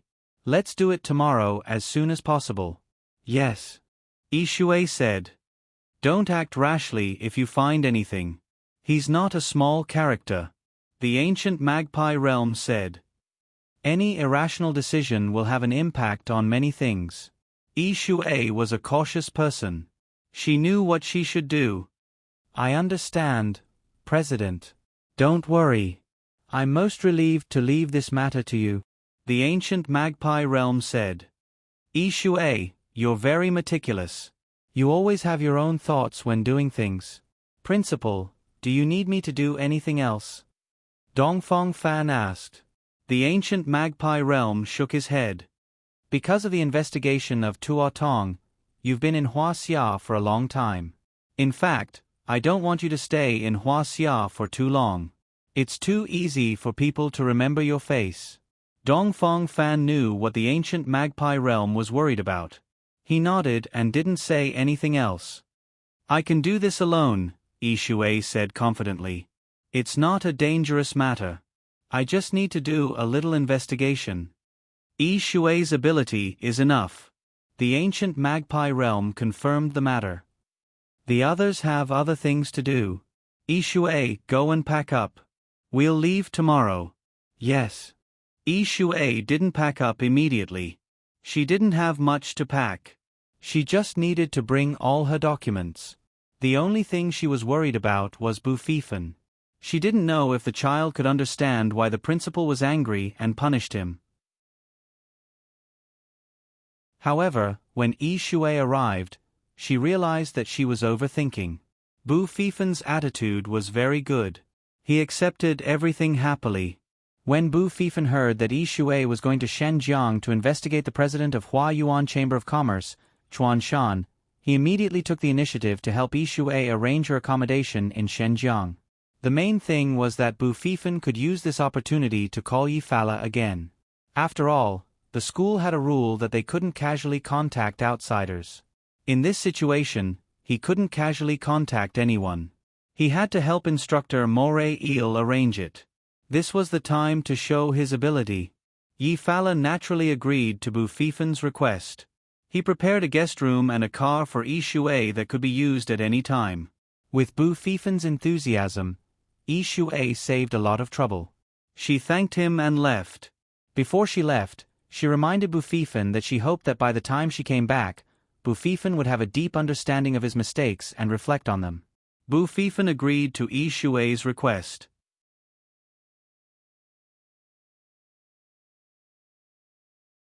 Chapter 3586. When Yi Fala received Bu Fifan's call, Su Yun had just left Shenzhen. After Chou Yun returned from Suong, they left together. It was not that Su Yun was in a hurry, but Chen Wei from the Qingdao police called and told him that Team Leader Tu and Xiao Lu had returned to Qingdao safely. The criminals there would also be punished according to what they had done. Su Yun naturally prepared to go back to celebrate. The awards for Team Leader Tu and Xiao Lu had also been arranged. In the blink of an eye, the two of them had become the pride of the police. Now, no one in their unit dared to underestimate their abilities, let alone their department. Not only had the narcotics squad received new treatment and equipment, but many people had also become positive and optimistic because of this positive influence. Although most of the people in Huaxia's various departments had connections, not all of them were like that. There were also many hot-blooded and motivated young people. The incident of Team Leader Tu and Xiao Lu had given these people enough impact and influence. It made them realize that they also needed to work hard in their own jobs. Otherwise, they would really become mediocre people in this life. Mediocre people who did not do anything were not scary. What was scary was knowing that they were mediocre, but continuing to be mediocre for the rest of their lives. There was no shortage of mediocre people in today's society. Most people were doing nothing in their boring jobs. Many people were even used to being mediocre. What was even scarier was that mediocre people did not know that they were mediocre. They would think that they were living a hard life in this world every day. There was a saying that said, "Comfort is reserved for the dead." Dead people have plenty of time to lie down comfortably. Living meant enduring all kinds of work pressure, all kinds of life pressure, and all kinds of social pressure. Everyone was the same. No one could live an easy life without suffering a little grievance. Team Leader Tu had become the representative of the Qingdao police. Everyone knew that he was a good-tempered staff member. Even when the investigation team lacked all kinds of supplies and work support, he never lost his temper. He would quietly solve the problems by himself and adapt in his own way. Team Leader Tu said that all the praise was what he should do. This was what a police officer should do. There was a saying that said, "A first-class man has the ability but no temper. A second-class man has the ability but no temper. A third-class man has the ability but no temper. A fourth-class man has the ability but no temper." There were many people in the police who belonged to the fourth category. They could not do anything, but they liked to vent their anger. The more capable a man was, the less temper he had. This was because quality, cultivation, self-restraint, knowledge, ability, and financial resources would combine to form a person's character. Although Team Leader Tu wasn't a very capable person, he was definitely a person with character in his own position. He felt that he deserved the respect of all his subordinates. Team Leader Tu used his own standards to influence everyone around him. Xiao Lu was a good example. In the past, Xiao Lu didn't feel that he was affected by Team Leader Tuesday. However, after this incident, he suddenly realized that he was really affected by Team Leader Tuesday. Team Leader Tu influenced him like a father. This was equivalent to looking in the mirror. Because Xiao Lu followed Team Leader Tu every day, he learned how to complete the tasks given by his subordinates under any difficult conditions. He also learned to fulfill his oath to protect the people. A friend of Team Leader Tu who joined the unit at the same time as Team Leader Tu was assigned to the department next door.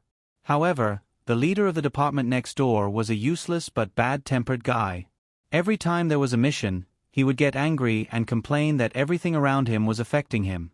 He had never accomplished anything proper. The reason why he was able to obtain this position of leader was because of the changes in the system. He had not made any progress in the past 20 years, but he looked down on the young people under him. He would get angry and teach them a lesson if they did not do things well. No one respected him in private.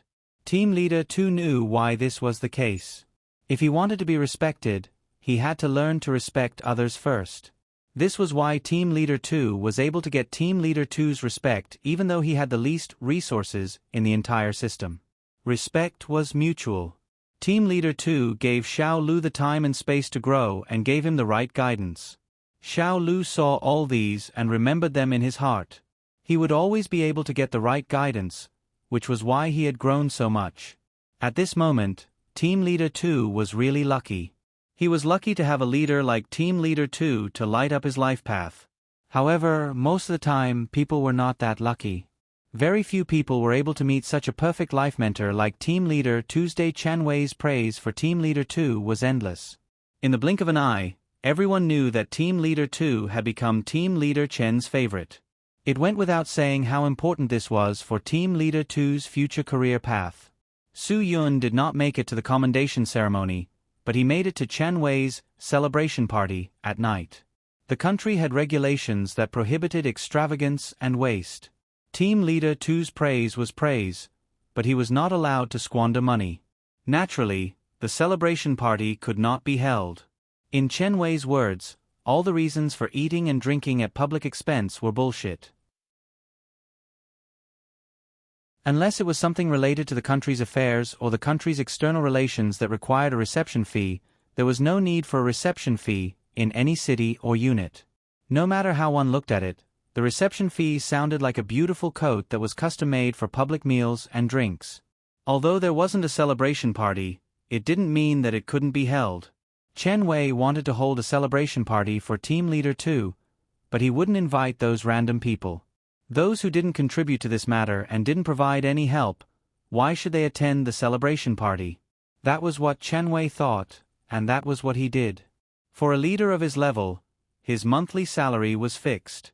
He knew how much it was. Obviously, he could not afford a meal that cost thousands or even tens of thousands of yuan. However, it was different if he ate at home. 1,000 or so yuan was enough for him to enjoy a meal that cost tens of thousands of yuan outside. Chen Wei bought 200 yuan worth of mutton rolls, 200 yuan worth of beef rolls, 200 yuan worth of crab rolls, 200 yuan worth of prawns, 100 yuan worth of razor clams, 100 yuan worth of oysters, and a dozen other dishes that were boiled in the pot cost less than 100 yuan. Including the base of the pot, it was only a few dozen yuan. A box of wine that had been kept by the Kong family for 8 years tasted good. It was only a few hundred yuan per box. Compared to those foreign wines that cost thousands of yuan, it was much more affordable and tasty.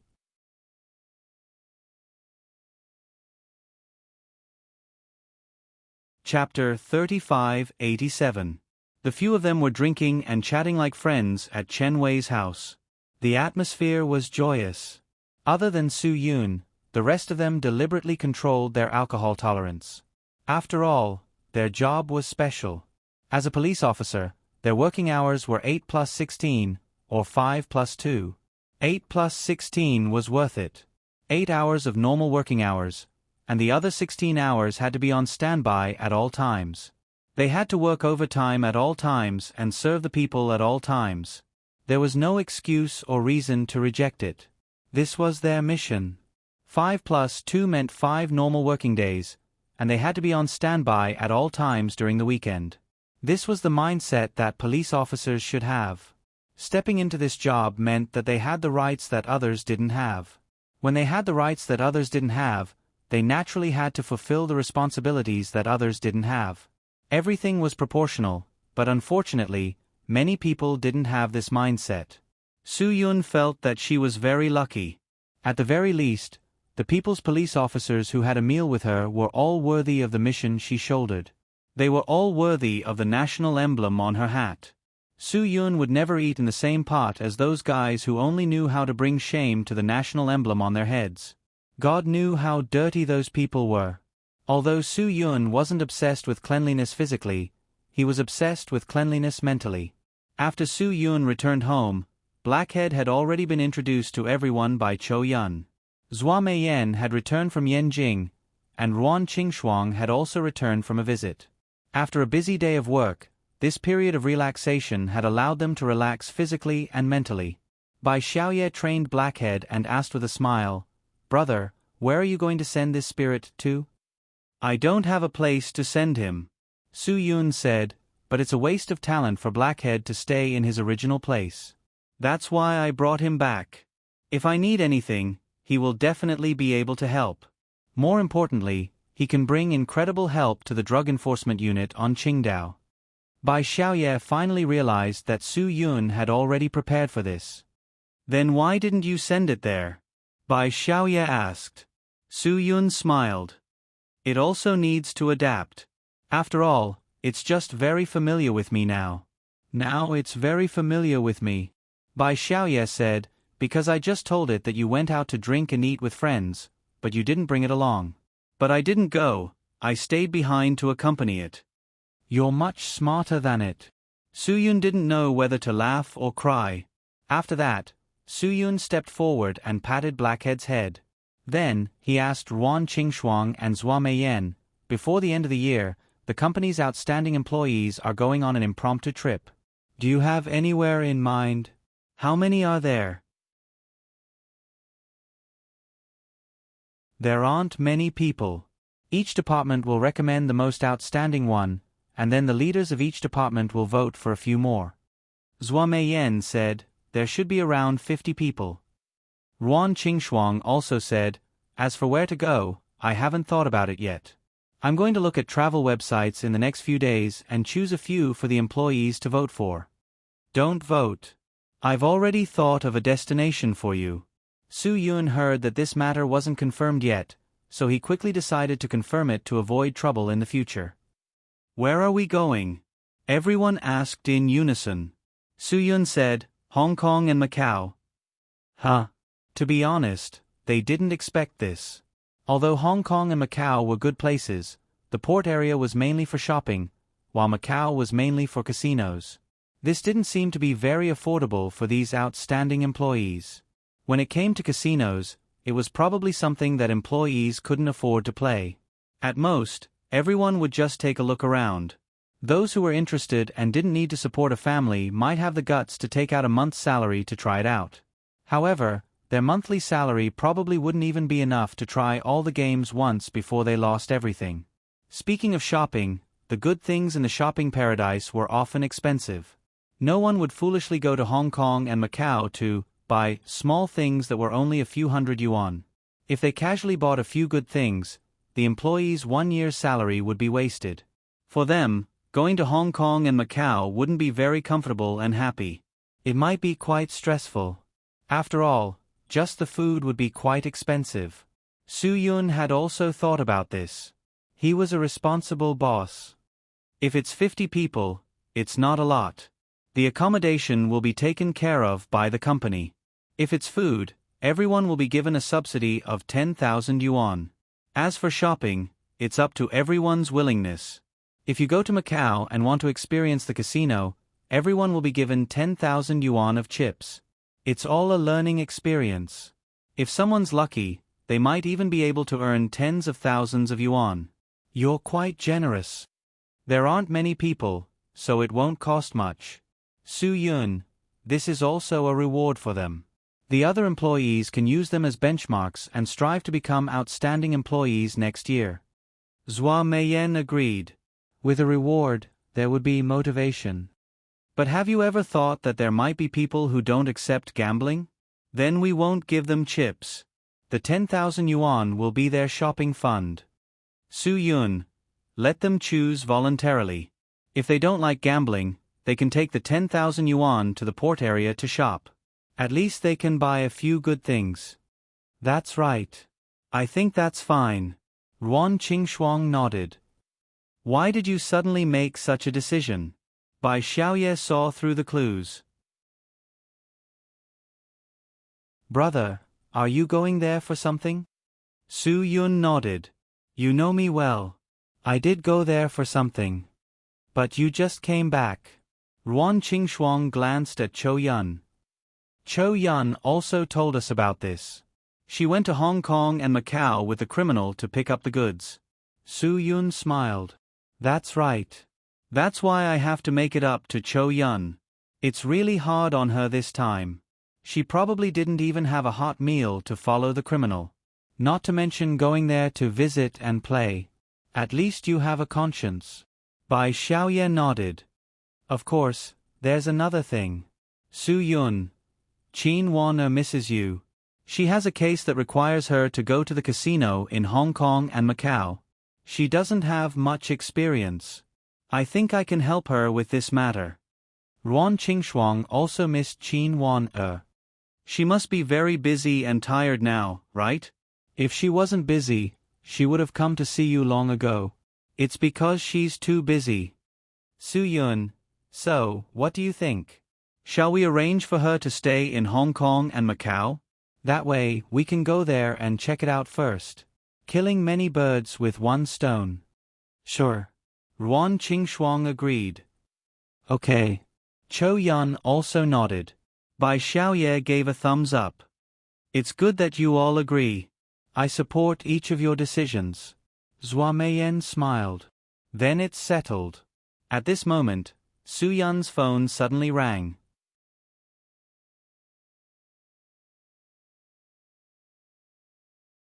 Chapter 3588. The call was from Qin Wan. Su Yun froze for a moment. He thought, could there be new movement so quickly? What happened? Su Yun picked up the phone and went straight to the point. Was there a new situation? Yes. Qin Wan immediately replied to Su Yun. I received a tip-off that the suspect booked a flight to Hong Kong and Macau tomorrow. We need to follow up immediately. Are you free? Su Yun knew that there must be some progress. When are you going to leave? Tomorrow. Yes, we need to act as soon as possible. Qin Wan said, I'm worried that it's not convenient for you now, so I'm going to follow you there first. Come find me when you're free. Su Yun nodded. Okay, you follow your plan. I'll take a look now and book the earliest flight there. We'll meet up after we reach Hong Kong and Macau. Okay. Qin Wan nodded. My people will go there first. Su Yun didn't expect that there would be new developments so soon. It was a little sudden. Zhua Meiyan was also surprised. We're going there now? We can't bring the team there right away. Yes, even if we want to go, we need a few days to prepare. Ruan Qingshuang also nodded. This is too sudden. Okay, I'll take a look at the flight tickets for tomorrow. I'll go there first. You guys can arrange things here before you lead the team there. Su Yun, if we have solved the problem by then, we can have fun there for a few days. Then we can't help at all, Chou Yun said. Su Yun smiled. We're not going there to trouble you. We're going there to have fun. I'll take care of Wan Er's matters. Okay, that's the only way. Bai Xiaoye nodded. You go do your thing. I'll take care of things here. I'll bring everyone there safely. Blackhead barked as if asking him what to do. Su Yun was stunned for a moment. Blackhead, I have a mission tomorrow, but it's not convenient to bring you along. It has nothing to do with drugs. It's an economic crime. Blackhead lowered his head in disappointment, as if he was sad that he couldn't help. But don't worry, I have a more important task for you. Su Yun said, I believe that because you made a great contribution in the last mission, our anti-drug team will definitely train some anti-drug dogs. They definitely need a role model, and you are that role model. Only then did Blackhead raise his head. I'll take you there tomorrow, okay? I'll ask Leader 2 to arrange it for you. You'll definitely have an important mission, Su Yun said. Blackhead was happy because of the mission. This was the reason why he wanted to come with Su Yun. He didn't want to spend his dog life in boredom. Su Yun shook his head helplessly. I thought I could go to the company tomorrow. Now it seems that I can't go. It's really hard on you. We're already used to it. Zhua Meiyan didn't care. You've already given us a lot of support by doing this. Zhua Meiyan's words made Su Yun embarrassed. After all, he didn't do much. After making the decision, Su Yun immediately booked a flight to Hong Kong and Macau tomorrow afternoon. The next morning, he took Blackhead to find Leader Tuesday. After Su Yun told Leader 2 about the situation, Leader 2 immediately told Blackhead that there would be a mission at night. He hoped that Blackhead could lead them to victory. This was the truth. It was said that there was a KTV that allowed ice skaters to ice skate in private rooms. Someone reported it. Now that they had solid evidence, they were ready to take action at night. This was originally a small matter. Since Su Yun brought Blackhead here and Blackhead was full of expectations for the mission, Leader 2 naturally made the mission more serious to increase Blackhead's enthusiasm and excitement. Then I'll leave Blackhead to you. Leader 2, thank you so much. Su Yun thanked him. Leader 2 shook his head. I should be the one thanking you. With Blackhead's help, we'll definitely be like a tiger with wings. Blackhead is a divine soldier from heaven. Those people involved in drugs have nowhere to hide. None of them can escape. Woof.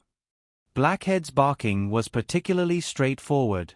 On the way to Hong Kong and Macau, Su Yun slept very well. He knew that once he arrived, he wouldn't have a chance to sleep, because the suspects could take action at any time. After all, the casinos in Macau were never closed. There were definitely no weekends and holidays. This was the case for any entertainment industry. What was even more exaggerated was that the casinos in Macau had direct regulations whether it was day or night. Those who opened casinos couldn't stop at any time. Except for special national funerals, if they wanted to stop business, they had to apply to the Macau government and get permission to close. After all, that place was a special existence. This was an industry that was legalized in 1847. Before Hong Kong and Macau returned, Macau was a gambling city. It was just that at that time, Macau wasn't even worthy of carrying shoes for Las Vegas. But now that it was back, things were different. In just a few years after the return of Macau, it had become the world's #1 gambling city. Its annual gambling income was already n times that of Las Vegas. Now Las Vegas wasn't even qualified to carry shoes for Macau. As everyone knew, there were two gambling moguls who used to be in the same industry in Las Vegas. One got a business license in Macau, and the other didn't get a business license in Macau. As a result, one's value soared, and the other was basically bankrupt. Of course, although this industry was legalized in Macau, the rules were also very strict. It was different from the mainland's illegal casinos. There were no rules. For example, underage gambling winnings were prohibited.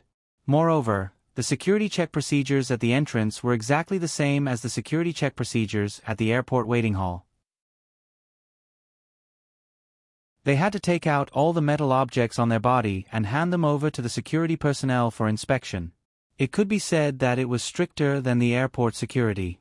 Moreover, there were also regulations that some special professions, such as civil servants, could only come to play from the first to the third day of the new year. They couldn't enter at other times. Su Yun was now conserving his energy so that he could help Qin Wan-er at any time after arriving there. Qin Wan-er had never been to Macau. It was estimated that she would be confused after going there. Therefore, Su Yun's role was crucial for Qin Wan-er. Su Yun must conserve his energy to keep his mind clear. A clear-headed Su Yun could make Qin Wan-er worry a lot less. Su Yun didn't intend to let Qin Wan-er work hard here as usual. Although Qin Wan-er came here to work, Su Yun hoped that she came here to travel and relax. Su Yun hoped that he could take all the responsibilities in his own hands.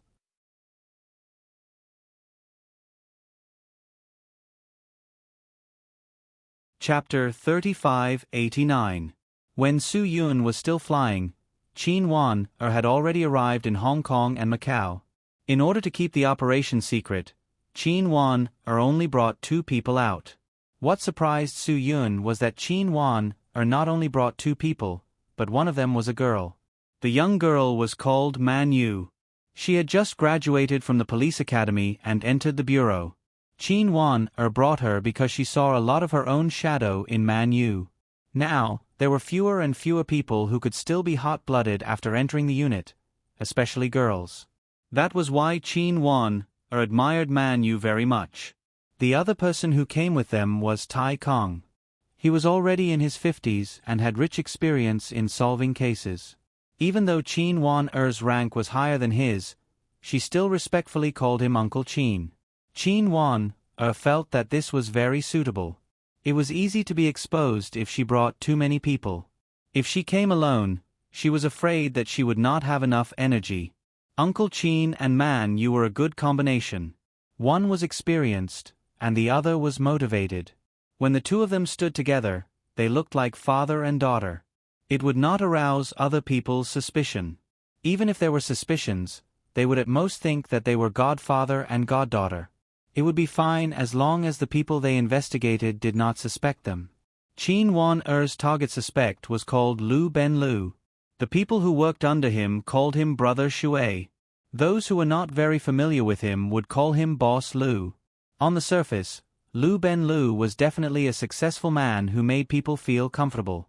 He was 40 years old, and because he paid attention to his maintenance, he did not look much different from a person around 35 years old. Lu Ben Lu always wore a decent suit or jacket, and he did not look stiff at all. He gave people a feeling that he was very knowledgeable and cultured. It was the kind of elegant style. A man who looked elegant was always good at finding some embellishments in his clothes to show his elegance. For example, Lu Ben Lu, who came to Hong Kong and Macau this time, wore a jacket, but his shirt was paired with a tie. This made him look energetic and elegant. Lu Ben Lu obviously liked the casual nature of the jacket, and it was very adaptable. However, if he did not wear a tie, he would not look mature enough. Therefore, he wore a tie to make himself look more elegant in his leisure. Perhaps for refined men, the pursuit of pure pleasure had already become a trend. However, such a well-dressed person was not so well-dressed.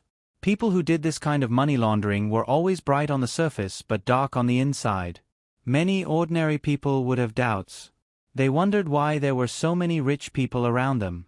Moreover, it was impossible for these people to be so rich in their industries. This would cause many ordinary people's outlook on life and values to be distorted, and they would wonder why they didn't have such a fate. In fact, some of these people had dirty money in their hands, so there was nothing to be envious of. Why do we feel that rich people are becoming fewer and fewer in recent years? This was closely related to the increased anti-corruption efforts in the mainland. Even the haze of the gambling industry in Australia was closely related to the increased anti-corruption efforts in the mainland. Ever since 2,000 years later, when a document allowed mainland tourists to freely travel to Hong Kong and Macau, various illegal cashing-out problems arose. The criminal methods evolved continuously, from the initial large amount of fake credit card purchases to underground banks, and then to cashing out at UnionPay terminals. The purpose was to evade the mainland's foreign exchange control. This was the reason why there were so many people who became rich for no reason in Huaxia in the 10 years after entering the 21st century. No one knew exactly how much mainland funds were illegally transferred to Australia every year. An assistant professor at the University of Science and Technology in Australia made a simple estimate. The illegal funds that flowed into Australia through various channels every year reached 1 to 2 trillion. 2 trillion. What kind of concept was this? In the early 1990s, the GDP of Huaxia was only 2 trillion. Even now, it was only 6 to 7 trillion. This was the annual GDP of the working people in the country. People with discerning eyes knew that even when the economy of Huaxia was slowing down, the gambling industry in Australia was still in full swing. Those who couldn't see that this was because there were rich people in Huaxia who used casinos to launder money and prepare funds for their emigration overseas were fools. Rich people in Huaxia said that they wanted to emigrate overseas. Not many of them did so because of the good policies overseas and the good living environment. Most of them wanted to escape. How many people left Huaxia with these huge sums of money? The United States reported that since the mid-1990s, there had been 20 to 30,000 Huaxia officials, businessmen, and ordinary people who disappeared from the mainland. They took away a huge sum of trillions of money, perhaps even more than this. The gambling industry in Australia was a hotbed of huge money laundering activities. Many rich people in Huaxia used gambling in Australia to launder money to raise funds for emigration. Australia admitted that the mainland gamblers contributed 70% or more of the income to the gambling industry in Australia. If it weren't for the mainland gamblers, Australia would be worse off than Las Vegas. Lu Ben Lu could only be regarded as an ordinary person among the three groups of high-ranking officials, rich businessmen, and ordinary people. The two groups of people in front of him often didn't come forward to do this kind of thing, at least in Qin Wan Er's view. Lu Ben Lu came to Australia and played the role of an errand boy. He was laundering money, but the small company he ran was enough for him to launder his own dirty money. But his small company couldn't launder the huge amount of dirty money, so he had to come to Australia to solve the problem. Chin Wan could even be sure that the money Lu Ben Lu laundered in Australia wasn't his own. Because if he had the ability to launder such a huge amount of dirty money, he wouldn't have opened a shop to launder millions of dollars every year. Who was the mastermind? Chin Wan thought about it, but no matter how hard she tried, she couldn't figure out who the mastermind was. They followed Lu Ben Lu all the way to Hong Kong and Macau, but Lu Ben Lu didn't show up after staying in the hotel. She didn't know if it was because the flight was too long and he needed to rest, or if the person he contacted didn't have time to meet him. Tai Kong took the initiative to ask him to stay and monitor, and let Chin Wan and Man Yu find a hotel to rest for a while. Tai Kong was worried that Lu Ben Lu would take action at night. Although the casinos in Australia operated 24 hours a day, people who did bad things always liked to take action when it was dark. This seemed to be an unwritten rule. To put it bluntly, people who did bad things always had a guilty conscience, and the night could cover up a person's guilty conscience. Most crimes happened at night. Whether this kind of crime had to be committed at night or not, this was a common characteristic of criminals. The mentality was the same.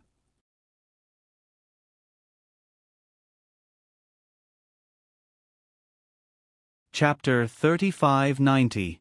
Although it was the first time for Chin Wan and Man Yu to come to Hong Kong and Macau, they were not in the mood to go shopping, even though they had heard many times about how wonderful shopping was.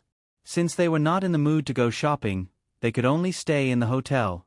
In fact, Man Yu did not have much confidence in carrying out this mission. Although she was very aggressive, she was calmer than Chin Wan was in the past. Director Chin, is this thing really reliable? Can Su Yun really help us? Man Yu had never seen Su Yun even once. She didn't know that Chin Wan had gained a firm foothold in Shenzhen with Su Yun's help. Chin Wan smiled and said, "If I can't even trust him, I am afraid that there is no one I can trust in this world." "You make him sound too amazing," Man Yu said. "Director Chin, you are already very powerful. You are the idol of many of us. When I first came to work, many people said that they wanted to make you their role model." Chin Wan had received so many honors at such a young age. There was no doubt that she was the role model. Chin Wan shook her head and said, "Don't flatter me. In my impression, you are not the kind of person who flatters others. If you are that kind of person, I will be angry. Of course, I am not the kind of person who flatters others. I hate that kind of person the most." Man Yu said, "But what I said is the truth. Director Chin's workability is better than many people, and you will put in a lot of effort. I admire you. I don't mean to flatter you when I express it." "Well, your ability will be much better than mine sooner or later," Chin Wan said. Man Yu shook her head. "I don't dare to have extravagant hopes. I've always been thinking that if I had encountered that big case in Shenzhen back then, would I have been able to solve the case so perfectly like you? Would I have been able to fish out a series of big criminals through bait?" Speaking of this, Man Yu could not help but feel amazed. When Chin Wan heard this, she felt embarrassed. "I don't know who started this rumor. Back then, I didn't have the ability to solve this problem. It was mostly because Su Yun helped me." "Su Yun will help you?" Man Yu was stunned. "Is he the person who will come here today?" "That's right. That's him." Chin Wan nodded and said, "Actually, he was the one who was in control. If he had not helped me, I would not have been able to solve such a big problem." "Then why are you the one who was honored in the end?" Man Yu asked, puzzled. Chin Wan sighed and said, "Because of his special identity. In fact, when I first met him, he didn't like us at all." "Why?" Man Yu was puzzled. "We work hard every day to protect the people so that they can have a peaceful life. Why don't they have a good impression of us?" "It's said that he was betrayed by the police." Chin Wan said, "I don't know the specific reason. He never told me, and I never asked." "Then when he comes, I will ask him for you," Man Yu said. Chin Wan looked at Man Yu seriously. You better not talk nonsense. Maybe this is something he doesn't like. Plus, he has changed his mind about us police. There is no need to ask about the past. Man Yu said. Oh. Chin Wan could not control whether she would ask about it or not. In short, we are too unfamiliar with everything in Hong Kong and Macau. We are even more unfamiliar with the casinos in Macau. Chin Wan said. Actually, I didn't want to trouble him. He has a lot of things to do, but I really don't want to miss the opportunity. Man Yu smiled and said confidently, then we should work harder. There are some things that can be done by a person who is familiar with the rules here. It will be less likely to be exposed. Chin Wan said seriously, no matter if it is you, Uncle Chin, or me, none of us have been to a casino. Our lack of experience will be a potential threat to us. Man Yu's expression became serious. Director Chin, you are so comprehensive. Okay, let's rest for a while. Uncle Chin asked us to come to the hotel to rest, not to chat, Chin Wan ordered. Resting is more important than anything else. Yes. The two girls closed the curtains and lay on the bed to catch up on sleep. The plane had flown for a few hours, and they were really tired. About 2 hours later, Chin Wan woke up. Seeing that it was getting late, and it was almost dinner time, she called Tai Kong to ask about the situation. Uncle Chin, is there any movement?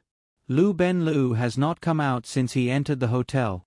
Tai Kong yawned and said, don't worry and rest. If there is any movement, I will inform you immediately. Uncle Chin, I will go with Man Yu now and take your place to rest, Chin Wan said. Tai Kong shook his head.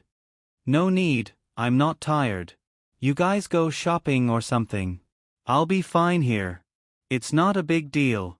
I'm just keeping an eye on things. I can handle it myself. I'm not tired at all. Chin Wan insisted on going.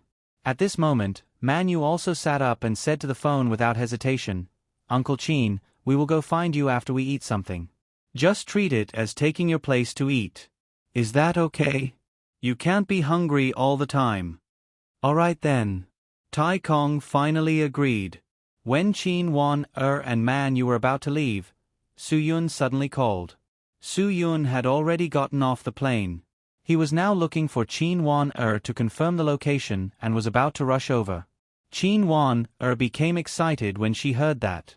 She immediately told Su Yun the address of the hotel. Su Yun told her to wait for 15 minutes. He would immediately take a taxi and come over. Man Yu waited for Chin Wan to hang up the phone before saying, Director Chin, you can wait here. When he comes, you can go and eat something. I will go and eat something first. I will find Uncle Chin and let him eat something too. All right. Uncle Chin should be very tired. You go first. I will call you later. Chin Wan nodded. No need. You do your thing. There is no movement now. We can do it. Don't worry. As long as there is any situation, I will definitely call you immediately. I will definitely not act rashly and make decisions on my own, Man Yu said. Chin Wan smiled. All right then. Actually, you also want to have time for the two of us, right? Man Yu smiled and joked. Chin Wan's face turned red. She did not know how to answer. However, Man Yu did not plan to give her a chance to explain. She hurriedly ran away, leaving Chin Wan alone. Chin Wan sighed helplessly. Then, she returned to her room to wait for Su Yun's arrival. She did not expect Su Yun to rush over so quickly. This made Chin Wan feel a little embarrassed.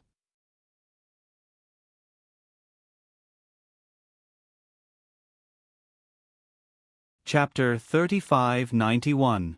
Su Yun arrived at the hotel at the agreed time. Chin Wan smiled apologetically. I didn't expect you to come here right after you returned to Qingdao. I hope I didn't delay your business. No. Su Yun smiled. Originally, I went back just to freeload a hot pot meal. Coincidentally, I managed to freeload. You are such a big boss. Why would you go for a free hot pot meal? Qin Wan didn't believe it. What meal? There must be someone important. Chen Wei's meal. Ha ha ha. Su Yun smiled. The meaning is different, so I have to go for that meal. Qin Wan couldn't help but laugh. Do you want to miss my meal? What do you want to eat? I will treat you. Thank you for taking the time to help me. So polite. Su Yun rubbed his chin and said, Since you're being so polite, I won't stand on ceremony. Let me think. I know of an Italian restaurant. Let's go there. Okay, you lead the way. Qin Wan nodded. I will take you to the truffle adventure. Su Yun said, The truffle ice cream there is very delicious. Are you talking about the restaurant opened by Bomana? Qin Wan was stunned. You know that? Su Yun didn't expect it. It is that Michelin 3-star restaurant. Qin Wan shook her head. Don't tease me. Bomana is a famous chef in the food industry. I have heard of his name, the King of Truffles. That place must be very expensive. Shenzhen also has this restaurant. I heard from Manu, who came with me, that a rich second generation wanted to pursue her and insisted on treating her to a meal. She didn't want to embarrass him, so she planned to split the bill. In the end, the two of them ate more than 10,000 yuan and opened a bottle of red wine that cost 20,000 yuan. Su Yun was stunned. And then, she gritted her teeth and insisted on splitting the bill because she didn't want to date that rich second generation. Qin Wan smiled bitterly. In the end, she even borrowed 3,000 yuan from me for living expenses. A girl who just graduated doesn't have that much savings, and she didn't want to ask her family for money. Su Yun laughed. I won't rip you off. If you don't have the money to pay, then I'll treat you. No way. Qin Wan said, We've already agreed. This time, you and the others came to Hong Kong and Macau. I'll treat you to spicy crabs at the bottom of the bridge. Now, you're treating me to such an expensive restaurant. What should I do? Speaking of this, Qin Wan was stunned. Sister Qing Shuang and the others couldn't come? They can't come here right away like I did, but they promised to settle some things and come here in 2 or 3 days, Su Yun said. That's good. Qin Wan nodded. Let's go, it's on me today. Su Yun, by the way, where are your colleagues? Let's go. They are watching the suspect, Qin Wan said. I'm afraid they won't be able to receive you. If that's the case, then let's go eat first. I'll pack it for them later. Su Yun, no, the texture and taste of the packed food are different. High-class restaurants have a high demand for texture. Once the best texture is lost, the dishes will be greatly discounted. You're really going to eat at such an expensive Italian restaurant? Qin Wan shook her head. I'm not going. I don't want you to go Dutch. Su Yun, let's go. You don't have to be so polite with me. I'm a boss after all. If I can't even afford to treat you to a meal, then it's too pitiful. Since Su Yun had said so, Qin Wan did not refuse anymore. Although she still felt that it was a little extravagant, Hong Kong and Macau were not places where she could come and go whenever she wanted. A restaurant that was particular was particular. They were particular about all aspects. For example, the pack at the front of the meal. There were crispy thin slices, vanilla focaccia, naked McFlurry, and so on. Not only was the selection very rich, but the taste was also quite good.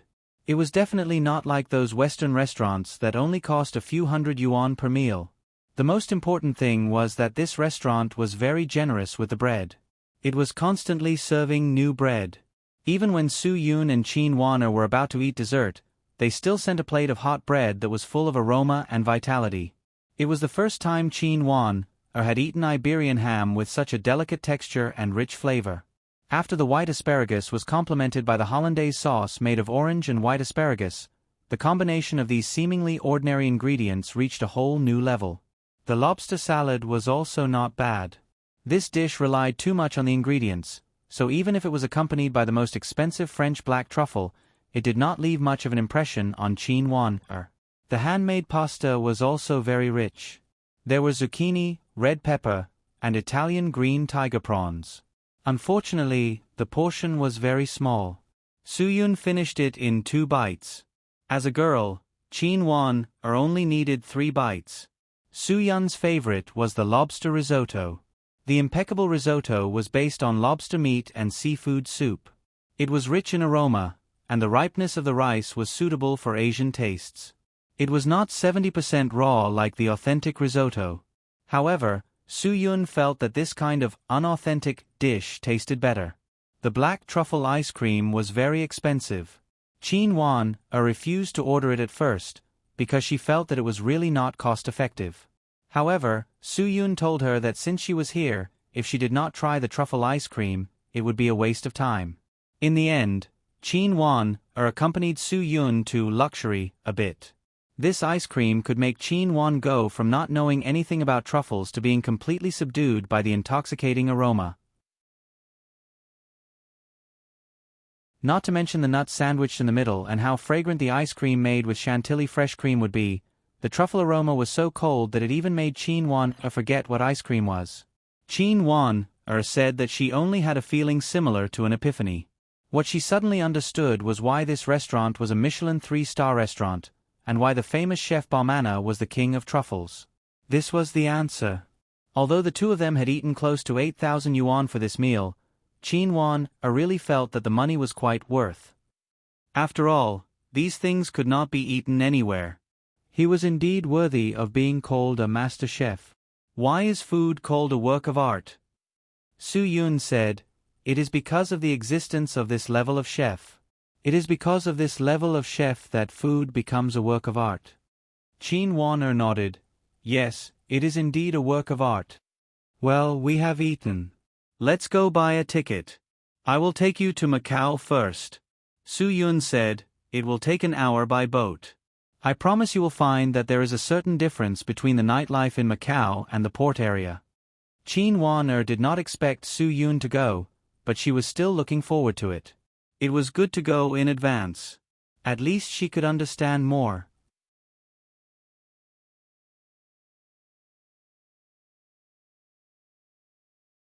Chapter 3592. An hour later, the two of them were on the ferry to Macau. It was actually very convenient to travel between Hong Kong and Macau. If they drove around the bay, it would take about 4 hours. However, it obviously wouldn't take that long if they took a boat. More importantly, it was convenient as there was a ferry every hour. I believe he won't delay the time for too long. Soo-yoon and Chin-won stood on the deck of the ferryboat, enjoying the sea breeze and enjoying the beautiful night scenery of Hong Kong and Macau. "Why?" Chin-won said, "Maybe he noticed that we are being watched and wasted 3 to 5 days of our time. Do you know that the mainlanders in Macau's casinos don't want others to know the amount of their gambling, so they use payment cards? The amount of transactions completed through UnionPay cards in Macau every year is about hundreds of billions of yuan. A considerable part of it is completed through mobile devices, that is, POS machines," Soo-yoon said. Chin-won was stunned for a moment. What does this have to do with us? Because this behavior of swiping UnionPay cards through mobile devices has the criminal nature of money laundering, and it has developed to the extent that our mainland authorities can't ignore it. Soo-yoon, so our country has also implemented a series of measures to control this situation and is committed to combating overseas money laundering, capital flight, and other illegal bank card use in Macau. And then, Chin-won said, people like Liu Ben-liu still come here to launder money. In fact, the Macau police have also launched several raids in and around the casinos, confiscating relevant equipment and cash. Hua Xia has also sent people to Macau for on-site inspections and held cross-border anti-money laundering training, Soo-yoon said. In addition, the most important point was that the mainland tightened the free travel policy in Macau, so many mainland residents came to Macau with passports and third-party visas, instead of actually passing through Macau. The number of people who used this loophole to enter and exit Macau continued to rise. The Macau Security Division has also tightened the time limit for mainland passports to stay in Macau, from the previous 7 days to the current 3 to 5 days. Soo-yoon, if the suspect you want to investigate doesn't move in 3 to 5 days, then he will leave before he can launder money. Chin Won understood. Su Yun asked again, Lu Benlu? This is your suspect? Chin Won nodded. Yes. This name is really bold. Su Yun said, his family is quite cultured. What do you mean? Chin Won was shocked. She did not understand how this name could tell that his family was cultured. Don't you see that the waters of the Yellow River come from the sky and rush to the sea and never return? Don't you see the sorrowful white hair of the mirror in the hall? Like black hair in the morning, like snow in the evening. Su Yun laughed heartily and began to recite poetry to the sea. Life must be full of joy, do not let the golden goblet face the moon empty. I was born to have a use for my talents. Even if 1,000 gold is spent, it will come back. Cooking sheep and slaughtering cattle for pleasure, drinking 300 cups in one go. Chin Wan didn't know whether to laugh or cry. How do you know that his family used Li Bai's bringing in the wine as their name? Looking to the east at 7 Min, looking to the south at the 5 mountain ridges, overlooking the jagged mountains, looking down at the rushing river of tributes, clouds and smoke appearing and disappearing, grass and trees flourishing, looking at each other, the sound of chickens and dogs hearing each other. Su Yun recited a section of Su She's 8 Borders of Southern Peace. Chin Wan was surprised. She did not expect Su Yun to have such a high level of education. This was something she had never learned in her textbooks. If he hadn't studied Su She's poems, it would have been difficult for him to recall these poems in such a short time. I guess his family members worshipped Su She. Su She especially liked the word running stream. Su Yun thought of a few more sentences, which were also written by Su She, and then recited them out. Towering over the precipice, overlooking the rushing river in the vast expanse. The torrent has not yet flattened the valley, the broken reeds and withered lotuses float and drown. Cleaving open the jade gorge, driving away the clouds and thunder, cutting off the torrent to create a cave. A stream of water splashes open, and the sound of 1,000 steps resounds like thunder. Chin Wan suddenly said, the last sentence was written by Xian Chiji, right? A stream of water splashes open, and the sound of 1,000 steps resounds like thunder. The small boat exhausts all the strength of the rower, and the waves close at hand can't come up. Okay, you can even understand this. Then let me see if you can understand another one. Su Yun's poetic interest was greatly aroused. There are 4 waterfalls in the middle, and the torrent has 1,000 forms. The wind and clouds are hidden at the bottom of the rock, and the rain and snow are scattered in the forest. Chin Wan shook her head. I have never heard of this before. Li Zhan's, Feng He, Lang Zhong, Yu Xianyan's 4 waterfalls are sent to the secret supervisor, Li Zhan, Zhao Wuzhou of the Ministry of Personnel, Su Yun said. Good. Good. Before Chin Wan could speak, someone behind Su Yun suddenly clapped his hands and cheered. The two of them turned their heads and saw an old man, who was close to 60 years old, clapping his hands and cheering as he walked towards them. The old man was followed by 2 young and strong bodyguards. This kind of person either had a bit of money or a bit of status. People with a bit of money, status, and age rarely took this kind of public transportation. Therefore, Su Yun also looked at the old man with interest.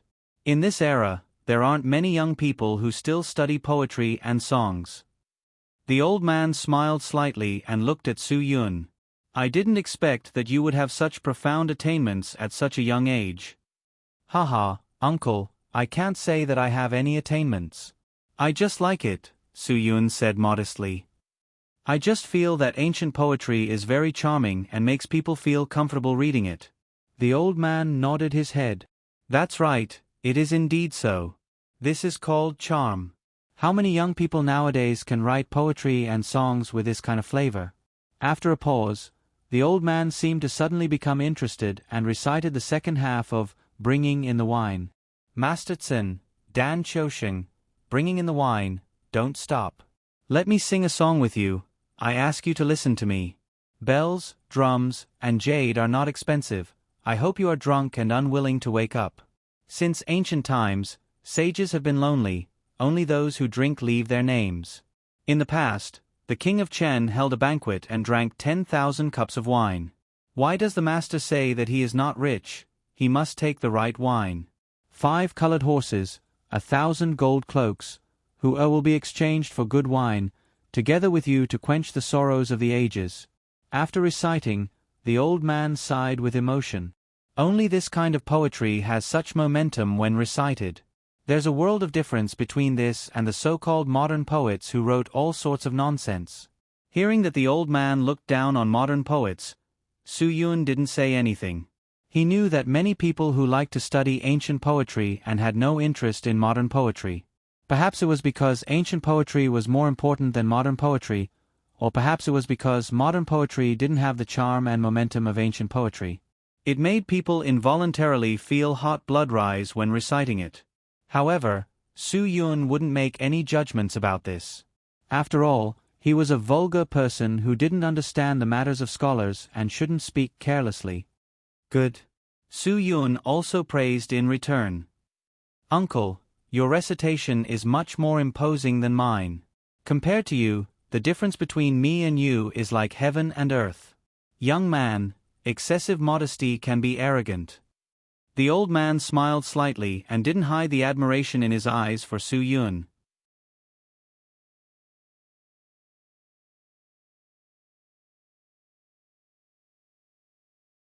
Chapter 35-93. Although Su Yun did not know what the old man did, he could tell from his face that he was very kind. He should be a learned person, so Su Yun was very polite. This girl is also very powerful. The old man looked at Qin Wan-er and said, "She reminds me of my sister when she was young." Qin Wan-er shook her head embarrassedly. Such an old man said that she reminded him of his sister. Qin Wan-er did not know whether she should be happy or cry. Don't misunderstand. I am not talking about her looks. The old man said, "When my sister and I were young, it was a society where a woman without talent was virtuous. My parents did not want my sister to learn knowledge, but she did not. The old moral standard once said that women did not need to be talented and only needed to obey their husbands. That was indeed a very funny thing. At that time, women were literate, and those who understood righteousness were virtuous. They were very rare. More people who could read liked to read songs and novels to provoke evil thoughts. They even played with words and did things that were not shameful. It was better not to be literate and to be obedient." The old man continued, "My sister wanted to let her parents know that she could become a virtuous person, so she recited poems and songs. The first poem that she recited to me was Exan Chiji's Yu. It was no wonder that Qin Wan-er had recited a sentence. A stream of water splashes open, 1,000 steps at the head of the stream is like thunder. The boat exhausts all the strength of the rower, so close that the waves cannot reach it." Perhaps that was what had triggered the old man's memories and resonated with him. "Because of my sister, I especially like girls with literary talent." The old man smiled and said, "The young men and women I meet when I go out, without exception, are all talking about love and whispering sweet nothings to each other. I have never seen people reciting poems like you two." Su Yun quickly explained, "We are just interested. Normally, we do not have this kind of interest. It is not bad to be interested once in a while." The old man smiled. He seemed to know that people of his age should not disturb young men and women. He waved his hand and said to the two, "You two take your time. I will not disturb you." The old man left. Qin Wan-er and Su Yun looked at each other. "What kind of person do you think he is?" Qin Wan-er asked. Su Yun shook his head. "I can't say for sure, but judging from his temperament, he should be someone with some status." "I think so too." Qin Wan-er nodded. Fortunately, he left. Otherwise, I wouldn't know what to say to him. He saw that we didn't know what to talk about with him, so he left. Su Yun smiled.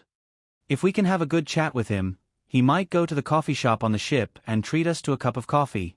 Qin Wan-er quickly waved her hand. "Forget it. I'm not used to drinking coffee with strangers."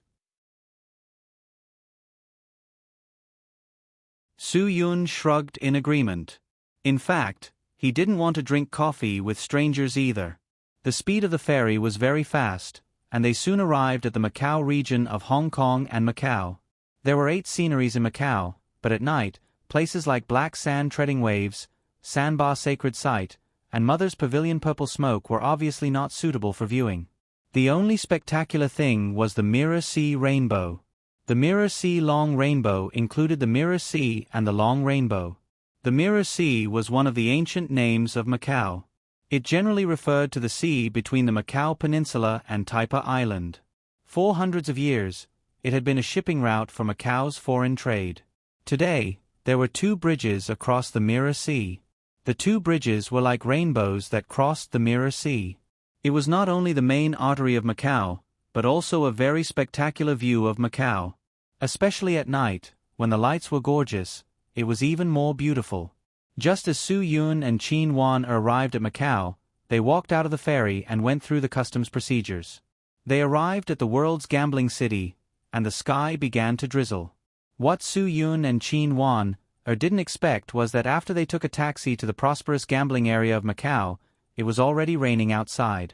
Although it was raining heavily outside, the neon lights on the streets of Macau were everywhere. There were jewelry stores, shelves, pawn shops, and currency exchange shops. Some of the names of the shops were very artistic, such as Wealth Deposit. Su Yun and Qin Wan asked the driver to stop at a place where they could take shelter from the rain. After getting out of the car, Su Yun went to the convenience store next to them to buy 2 umbrellas. "Let's go. I'll take you to see how money works here," Su Yun said. Qin Wan nodded. She was really curious. "Okay." The 2 quickly approached a jewelry and gold shop. The LED screen at the door flashed with big words, "Welcome to use domestic cards." Su Yun entered the shop that operated both jewelry and gold business and the mortgage business. He asked the pawn shop owner directly, "What is the maximum amount of money that can be used with the mainland's Union Pay card?" The pawnshop owner glanced at Su Yun and Qin Wan. Since they could speak Mandarin so well, they were obviously tourists from the mainland. He replied in slightly stiff Mandarin, "You can use as much as you want. There is no upper limit.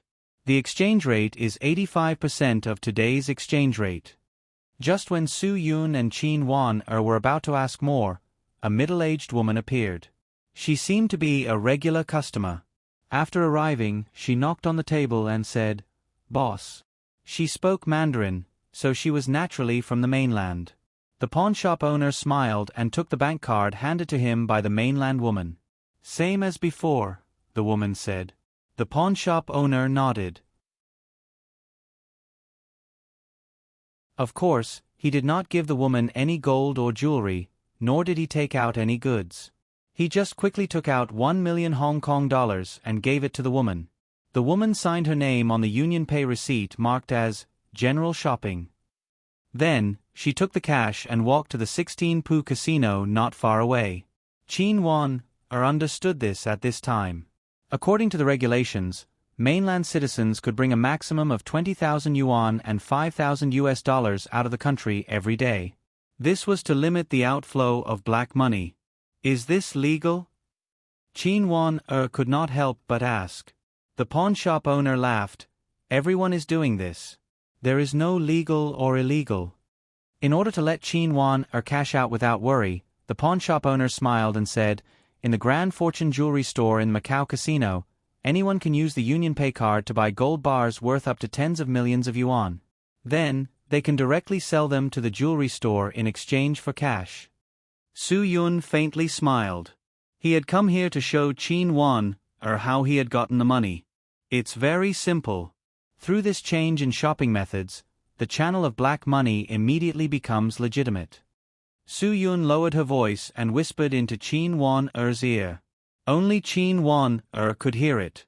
Qin Wan heard this and clenched her fists.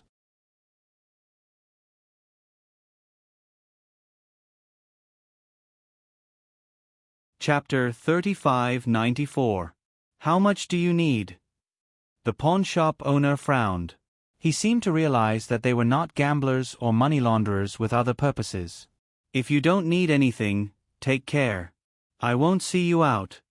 The boss of the pawn shop turned around and walked away, ignoring the two of them. Qin Wan also turned and left angrily. Su Yun followed her out and asked with a smile, "What's wrong?" "This is a blatant violation of Hua Xia's anti-money laundering laws and capital control regulations." Qin Wan said angrily, "This is broad daylight." At this point, Qin Wan stopped. This was not the middle of the day. It was a stormy night. It's true that these are violations of anti-money laundering laws and capital control regulations, but this is Australia. Su Yun said helplessly, "These shops fake transactions. They use UnionPay cards and local currency to buy, and then use other freely convertible foreign currencies to get a refund. It's an open secret that they give retailers a certain commission." "Do you know the policy requirements?" Qin Wan said, "UnionPay must submit monthly reports and other reports to the relevant regulatory authorities to perform anti-money laundering duties." Su Yun shrugged his shoulders. "It's still the same, but this is Australia. Australia has to comply too." Qin Wan knew that it was useless to be anxious. After all, there were two different systems. "It's not that you don't know.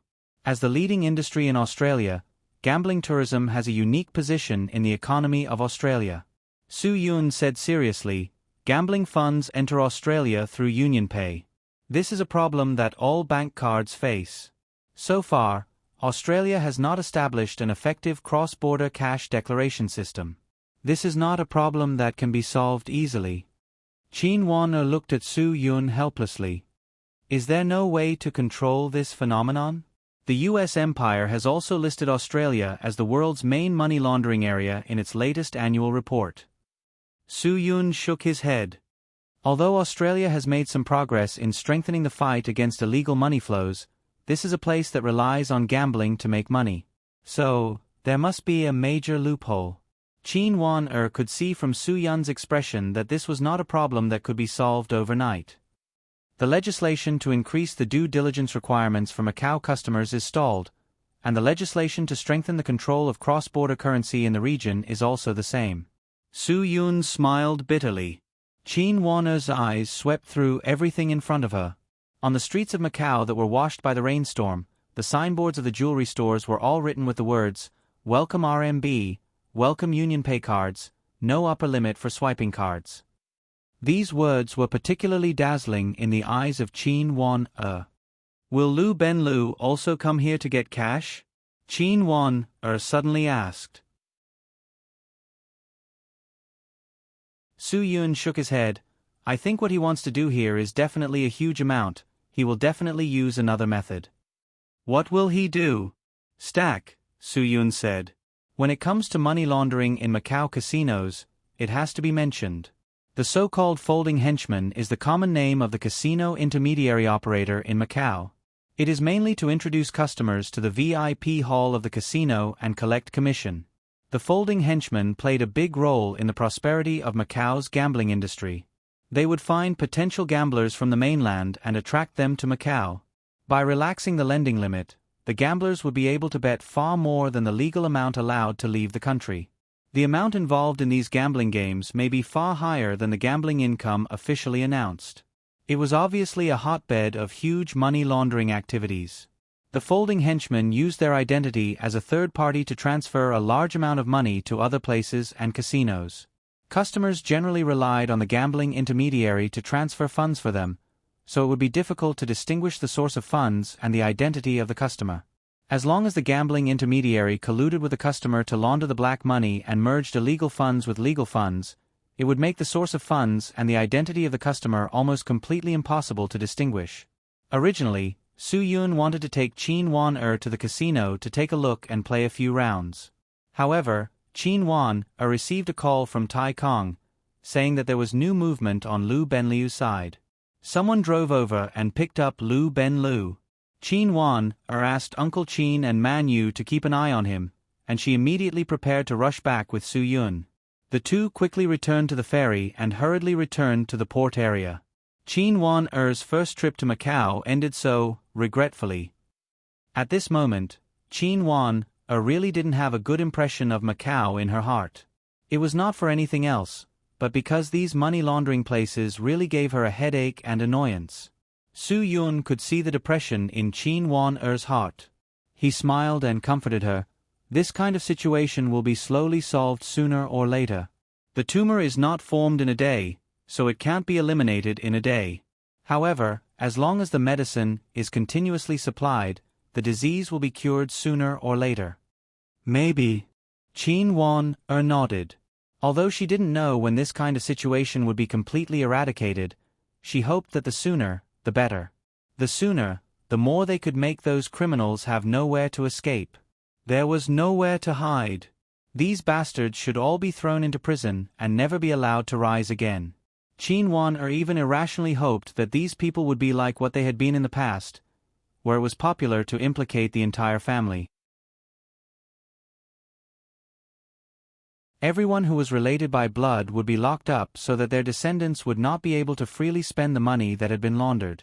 To put it bluntly, the money was taken from the hands of ordinary people. Qin Wan-er's hatred for money launderers like Lu Ben-lu had reached a whole new level. Moreover, she hated the people behind Lu Ben-lu even more. Qin Wan-er swore that she would bring this kind of person to justice. She could not let this kind of person go unpunished. Your ability to resist pressure should be a lot stronger than before, right? Su Yun smiled slightly and said, "Actually, this kind of thing is very good for you to train. I would rather not have any training than have such a bastard criminal." Qin Wan-er was not in the mood to enjoy the scenery on the boat at all. Su Yun nodded and said, "Yes, you are indeed a person with such a character. If there were no more crimes now, I guess you would rather be unemployed." Qin Wan-er raised her head and thought for a moment. "If I could really eliminate all the crimes in the country by being unemployed, I would really choose to be unemployed without hesitation. It's a pity that you are not the only police in the country." Su Yun joked, "Now that I think about it, these criminals have also done a very awesome thing. How many jobs have been solved in the country?" Qin Wan-er was amused by Su Yun's words. She couldn't help but laugh out loud.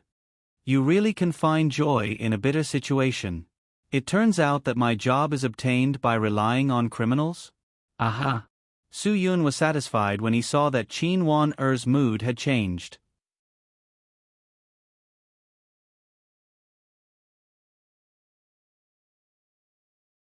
Chapter 3595.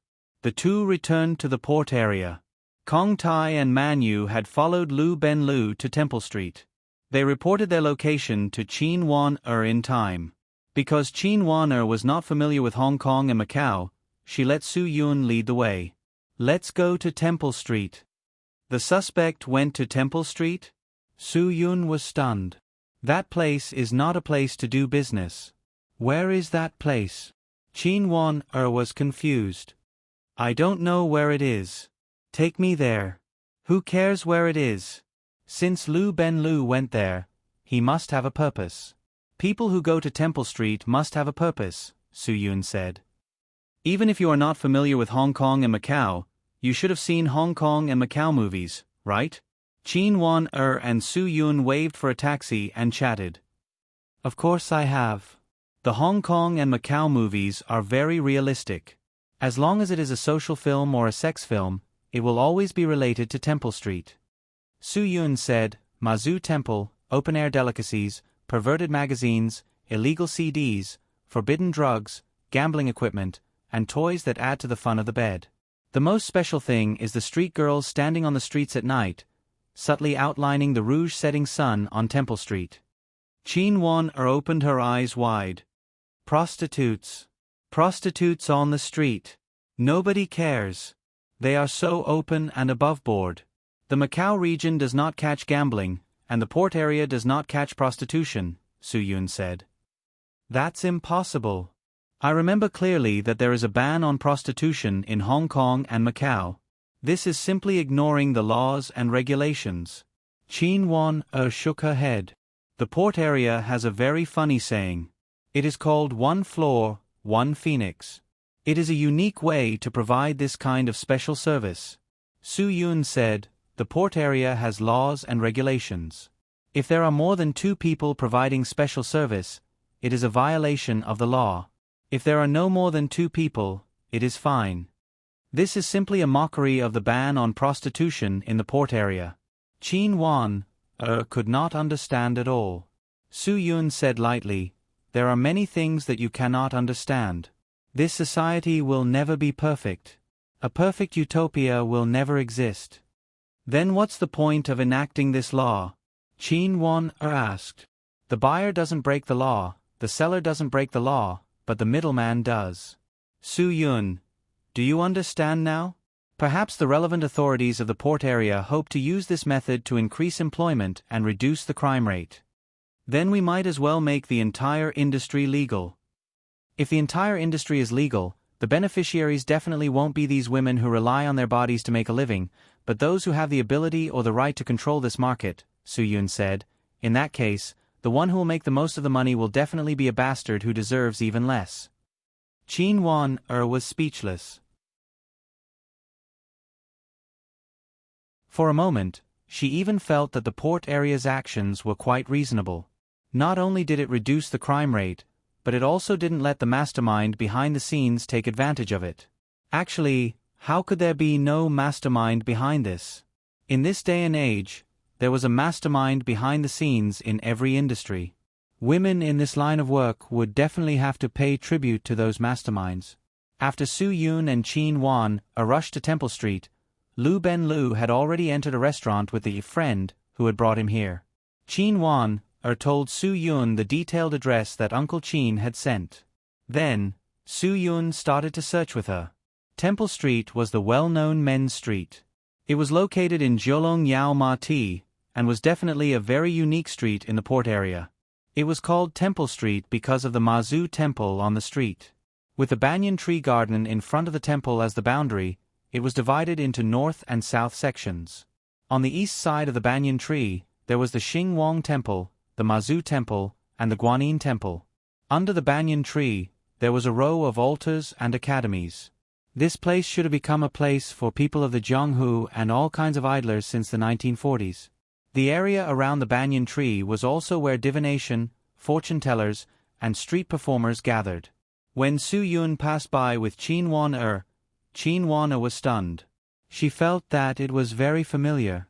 "I feel like I've seen it somewhere before. Is it Rouge Button?"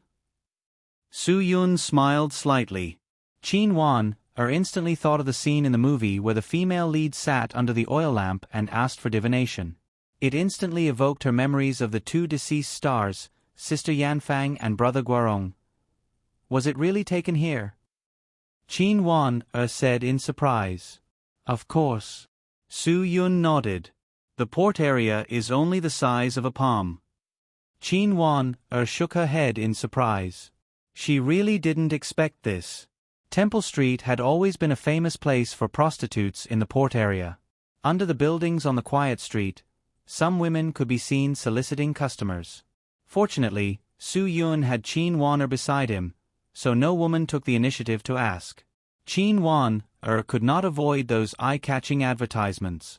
On the huge posters, there were young girls in bikinis. There were also big words that said that only 500 Hong Kong dollars was enough to play with them for an hour. Of course, Temple Street had now become a famous food paradise in the port area. Tourists from all over the world flocked to taste the local delicacies of the port area.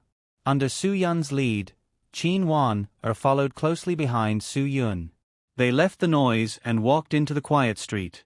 Suddenly, they heard Yanfang's song "Woman Flower" coming from the alley. People couldn't help but imagine the romantic affairs in this fireworks alley. "Qin Ju, you're finally here." Man Yu's voice interrupted Qin Wan-er's thoughts. Qin Wan-er came back to her senses. It turned out that Su Yun had already brought her over. Uncle Qin and Man Yu were standing in front of her. "Why are you here? Where are you?" Qin Wan-er quickly came back to her senses. "You weren't discovered, right?" He went up the stairs at the end of the alley. "We were worried that we would be exposed if we got too close. That's why we were so far away." As Man Yu spoke, she glanced at Su Yun. Because Qin Wan had always said how powerful Su Yun was, She had a preconceived notion that Su Yun was not ordinary. Naturally, her first impression of him wasn't too bad. Su Yun smiled. Looks like it's not what I thought. I thought he was here to flirt. Tai Kong also glanced at Su Yun. He took the initiative to express his goodwill. Hello, I heard from Qin Ju that Mr. Su would come to help us. We are really grateful. We are really not familiar with this place. There are many places that we need Mr. Su's help with. You're welcome. Su Yun, I'll try my best. As long as it's something that I can do, I'll definitely do my best. Our Qin Ju is counting on you. Don't disappoint us, Manu said from the side. Manu, be a little more polite, Tai Kong said to Manu. Manu didn't feel that she was being rude. I didn't do anything. I'm just stating a fact. Qin Ju is really counting on him now. I'm just reminding him. Thank you for your reminder. Su Yun. Leave this to me. Just treat it as a vacation in Hong Kong and Macau. Relax. You're tuning in to the Narrate and Escape YouTube channel. Don't forget to subscribe and join us on this journey to catch the most captivating stories.